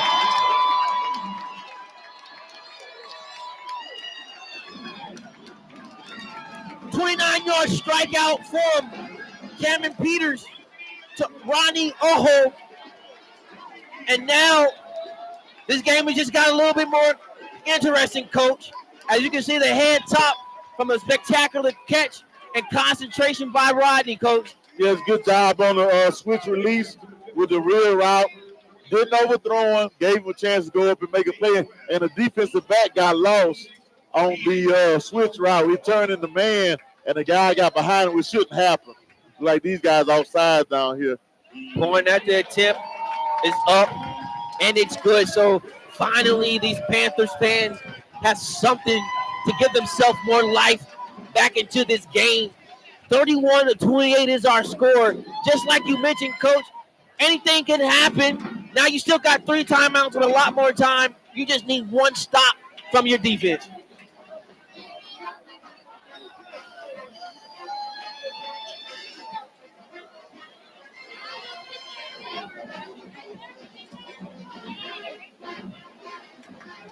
Good sign now that you finally see the Panther fans having something to cheer about here, Coach. At their respected whiteout day. Man, if you think about it, though, you want them to be more involved in the game. So Panthers come back out on defense. Let's see if they can make some noise. Get something to where you may get a false start where Alabama State can't communicate you got your backup quarterback in, this is the time where you might get a bad snap or something like that. So hopefully the defense can make some plays. If I'm Prairie View, I'm probably stacking the box and making this kid throw the ball on first down. Well, and just so far, he's throwing, like you said, quick passes. He's getting the ball out of his hands quick. So if they can force Smoot outside of that pocket, coaches make him uncomfortable. You'll take your chance of giving him that time getting the ball quick. Yeah. But like we all expected, we expected a good matchup between these two coaches, and this one has done nothing but far from disappointing us from this one. Yeah, definitely. Like I say, you got two real good teams playing, and that's all you can expect. You want to see a good game. You got it so far. Some back and forth, a big lead, a decent sized lead by both teams, and it's going to come down to the last 5 or 6 minutes of the game. That one stop or that one first down late in the ball game, can you get it? Now it's going to come down to, like I always say, can you run the ball when both teams know who's running the ball? Can you stop the run when you know it's coming? Both teams? Yes, sir. 6:12 remaining here at Panther Stadium. Team just made their way back out onto the field. Can Alabama State just put together a successful drive here to see if they will be the one to control their destiny to the SWAC title championship game that is scheduled for December 6th? Or will it be the Prairie View University Panthers finding a way to outcome and overcome adversity to punch their way to the SWAC championship title game, as this was going to be a return by Hickson, this time not all the way into good about to the 35-yard line, somewhere up in there. I was going to say it's good starting field yeah, position. you'll take that. If he had the ball in his right hand, he probably could stiff arm and still get some more. That's like a lost art, putting the ball in your outside arm away from where most of your defenders are. So the Hornets coming back out, led by the backup quarterback. Going to have this moving from left to right. Ball is lined up on the right hash. This defense trying to get this off. This crowd backed up behind them. Play clock is down to 9 seconds. Don't know if they're going to be able to get this one off. Got to line up. Smooth looking to the sideline. Play clock's at 2. They just now get it off. It's going to be a handoff to the running back. Waltz trying to run this to the left side. Going to get a nice gain right there. So it's going to say it's a 2nd down and 5. Yeah, good job on the inside zone. Another thing that Prairie View might want, they can move the defensive line and get a holding call and really back them up. So Holes walks, carry goes for 5 yards. So say officially 4 yards. 2nd down is 6 now for the Hornets. 5:35 remaining here in the 4th quarter. Play clock is down to 15 seconds. Down to 10 seconds. Smooth. Signals a man in motion from left to right. Now it's going to hand this off to the running back. It's going to maybe get a gain right there, but it's a generous spot right there. So, but it's still going to be a much manageable 3rd down and 2.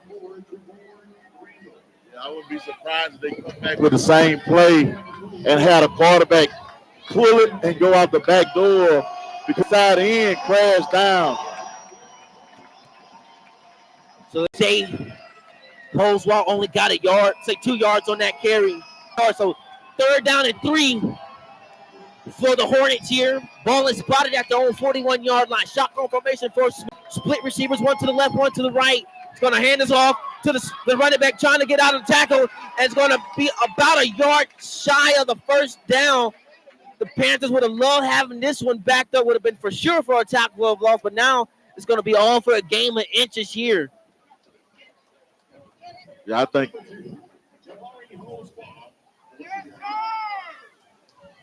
they're not indicating if it's short. So it's 4th down and 1. Alabama's offense is frustrated. They want to keep the offense out on the field, but Eddie Robinson's going to try to play numbers in his hands and trust his defense. He has the punting unit out on the field right now.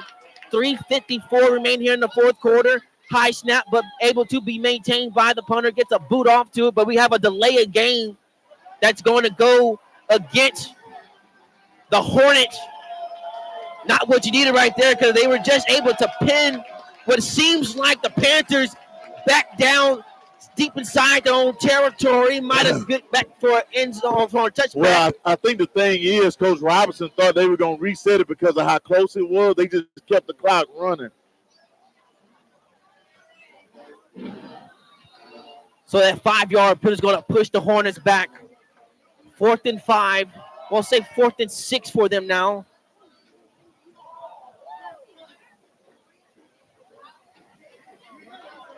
This punt's going to go into the end zone, sail for a touchback. So the Panthers have themselves here, Coach.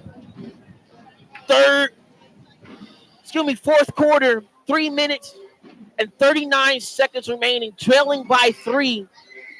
And you have a chance to regain what has seemed all has been lost and taken away from you from this game by the Alabama State Hornets, to regain it all from this one drive. Yeah, you got plenty of time. Like I say, you still got timeouts. You actually have 4 timeouts, so no need to be in a rush. And try to keep the ball out of harm's way. Make sure you're protecting your quarterback. You still can run the ball. Like I say, man, you could treat this like you had a lead almost. Absolutely. You got plenty of time. There's no sense of rushing at all. Nah. You don't even want to give the ball back to them unless we're going into overtime. That's tie game. That's the best way to finish it late. But this game has done everything that we had asked for it to do. So far, it's going to come down to the end of it. Coach, you said the first one to 38, but it might be the first one to 32. Almost, or 31 and a half. That's going to win this one. We'll take a quick break. But keep it right where you got it. You're listening to the Open Mic Broadcast Network.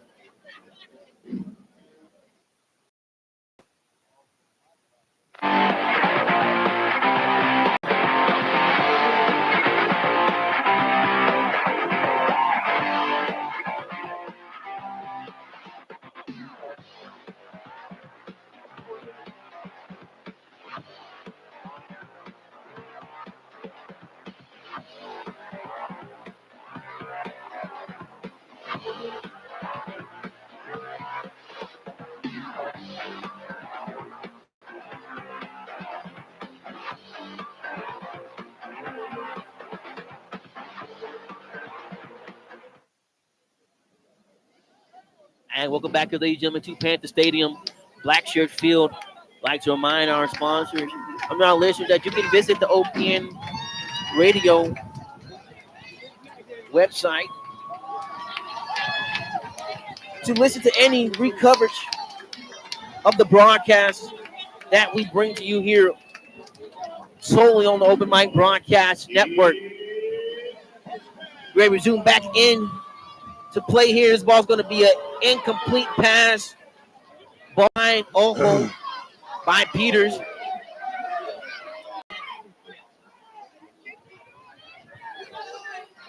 I think happened over there. Yeah, I'm trying to figure out what the angle that we're at. Noise, I don't know. But you just ball that to just being more just frustration that pass fell incomplete. So it's going to make it a 2nd down and 10 now for the Panthers. They've been having a lot of success with the quarterback draw as well.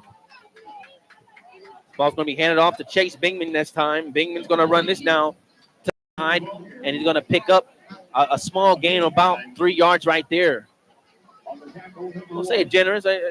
Bear with us, ladies and gentlemen. They say we're angled, so it looks 3, but they're going to say he got 5. So 3rd down and 5 to Panthers. 3:13 remaining here in the fourth quarter. Peters trying to see if he can keep this drive alive. Shotgun formation right now. 2 Got a lot of outside of the field. Peters now gets the snap, looking to pass. Now going to try to roll out to his right. Now he's going to just roll out to the left. Has one block. Going to try to see if he got the first down. He's going to do that and just run out of bounds. See if you get the late penalty marker. You're looking for it. Peters had already stepped out of bounds. I didn't get that call on their bench. You got to do everything you. Jermaine Jackson is livid that they didn't get that call. My eyes see take 3 steps out of bounds, then gets thrown to the ground, but no call. 1st and 10 for the ball is at their own 45-yard line. Shotgun formation for Peters. Peters now gets the snap. Take the handoff to Bingman's going to be caught by the wide receiver Rockwell. He's going to have enough for the 1st down. He's going to have a 12-yard reception now for the Panthers. Ball is past midfield inside the Hornets territory now. Will this be the last play? And it will take us to our 2-minute timeout.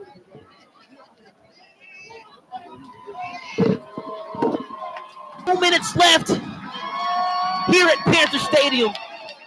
ASU 31, the Panthers 28. We'll take a quick break. We'll be right back right after this.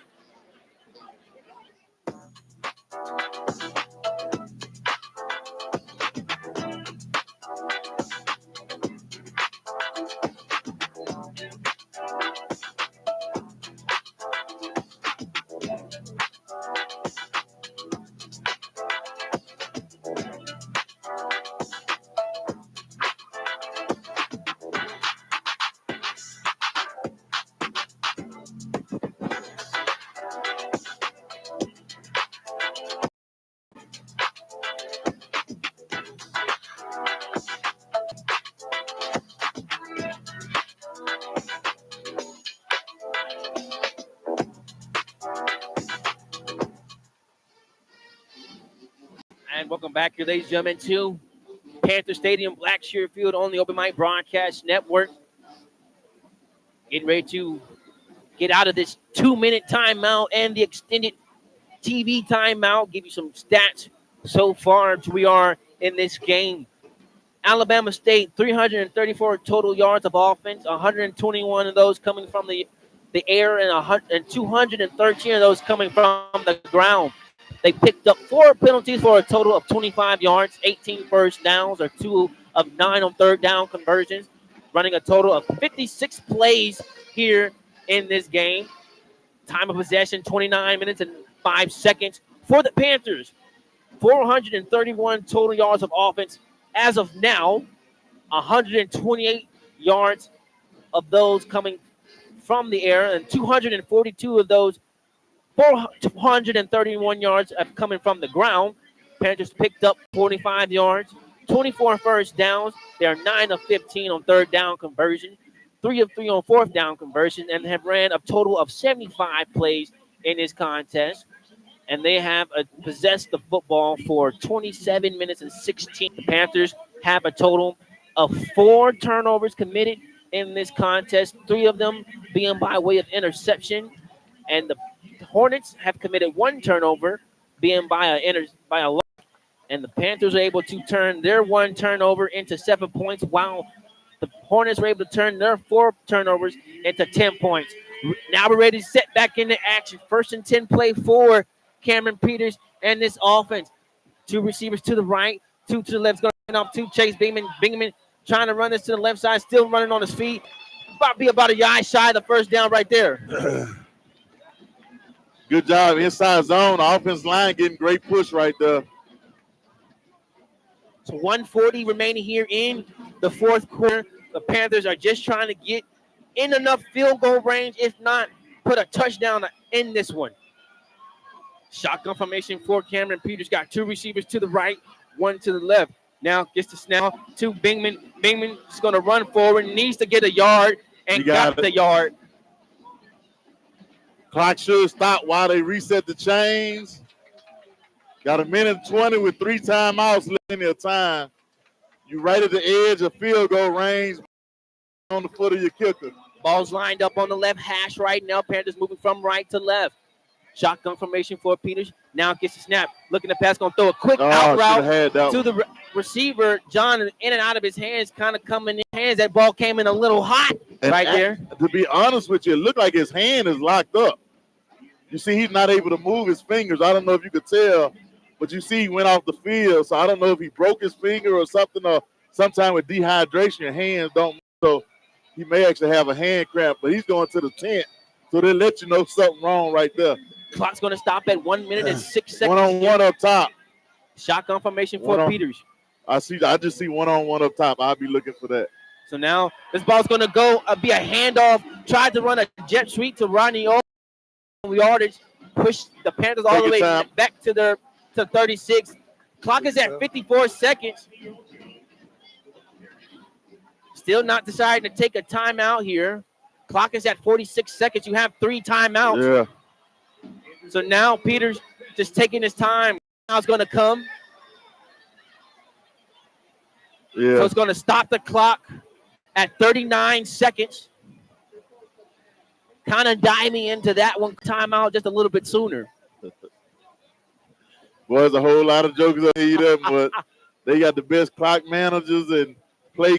Let's break it down for Coach. A few minutes ago, I'm going to say maybe 20 or 30 minutes ago, they wanted Peters out of the game totally.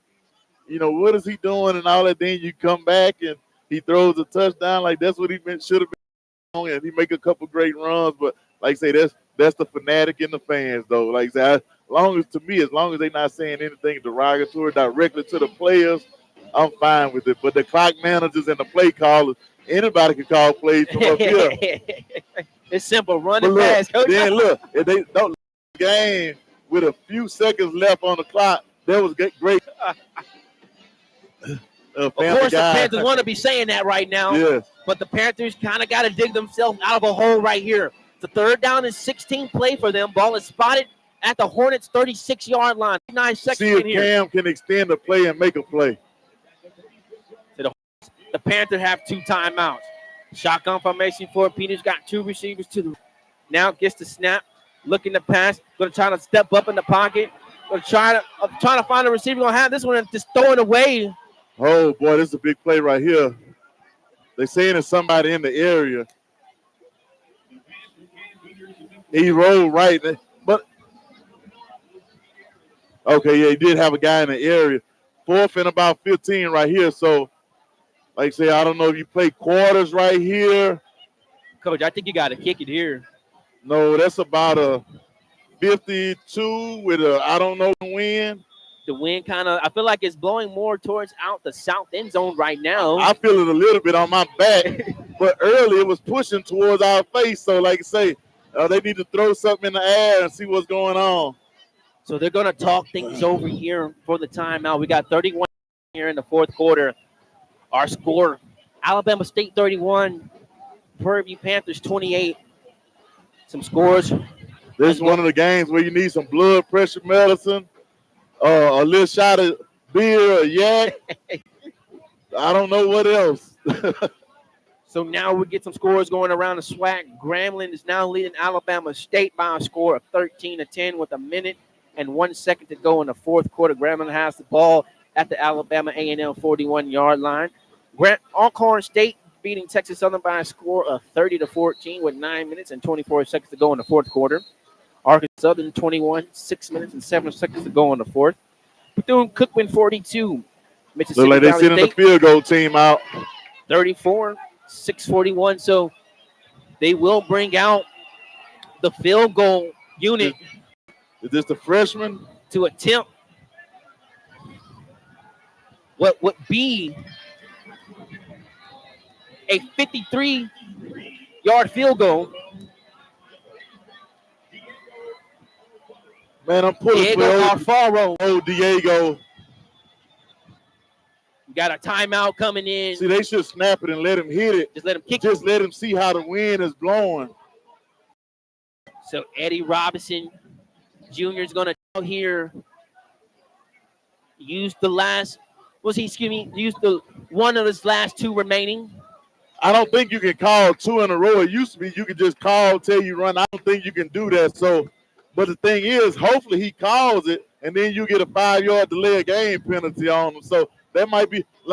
Now the wind is blown back in our face. So now the wind is just swishing to west. We're trying to watch the flag at the top of the goalpost right now. Look at the ones down there. They going this way in the stadium too. Like I say, man, it's different, boy. You got the wind blowing crazy. Once the ball hit his foot, you could just be quiet. And it'll let you know whether it's you here. Oh, Oh, yeah. What up, man? I'm they're looking gonna at attempt. a former Panthers quarterback, Mark Spivey, dad, who I work with. I don't know, some of these people can't even look right.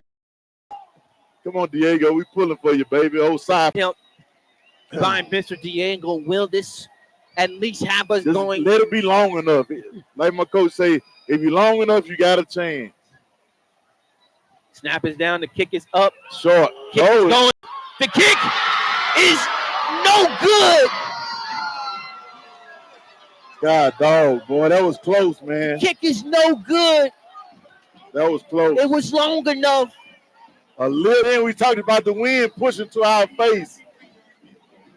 But just, oh, man, it's tough right here, boy. It went to the right a little bit, but just underneath the goalpost.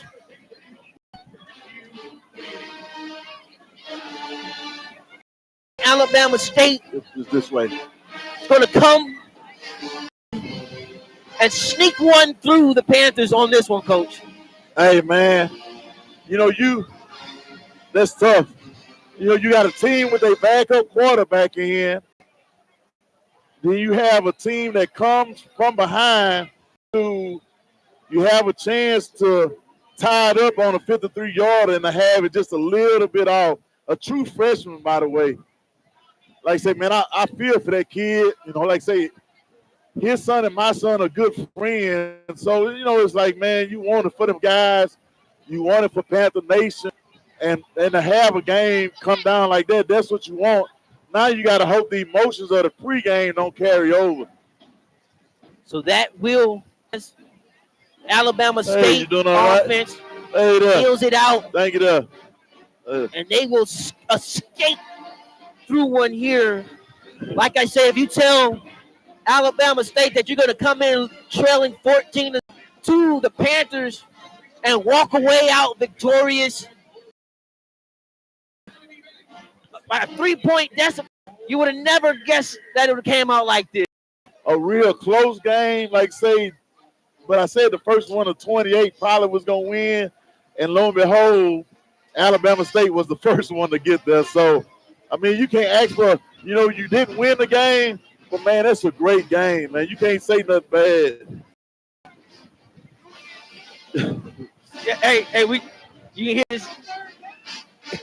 If you cannot hear the Panthers of a shot right? at punching their ticket they're doing pretty good to the SWAC title game. So refining remaining schedule for the Panthers. For the Panthers, they have left.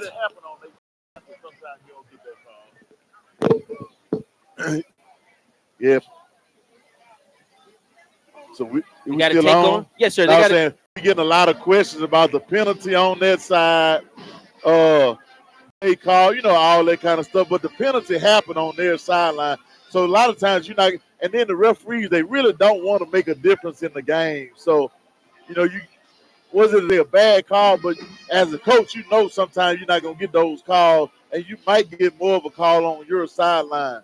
Yes, sir. So Panthers will 6-3 overall, but 4-1 in SWAC play. The remaining schedule will be on the road, taking on Alabama A&M next week. Game is set to kick off at 2 p.m. And then they will travel back home, take on Love. That game is to be announced. And then they will have their final game here at home against Mississippi Valley State on November 22nd. So that will conclude matters here. Walk out. The Hornets are going to come out here, sneaking one past the Panthers by 28. I am Philip Prince. Alongside me was Coach Hayes. Northern, do you have any closing remarks? Nah, man. Coach? So far, I don't know if you can hear me in the background, but my son just came to broadcast the game. And like I said, he and Diego, man, make sure you send that kid a text message or give him a call. Hang in the plays that happened before that, that determine the outcome of the game. Yeah, you would have wanted him to make that kick. But, like I say, man, they just got to hang on. Absolutely. So like I said, that will conclude matters here. Alabama over Prairie View A&M University Panthers by a score of 31 to 28. On the other side, be blessed. We'd like to thank you for tuning in to the Open Mic Broadcast Network. Thank you.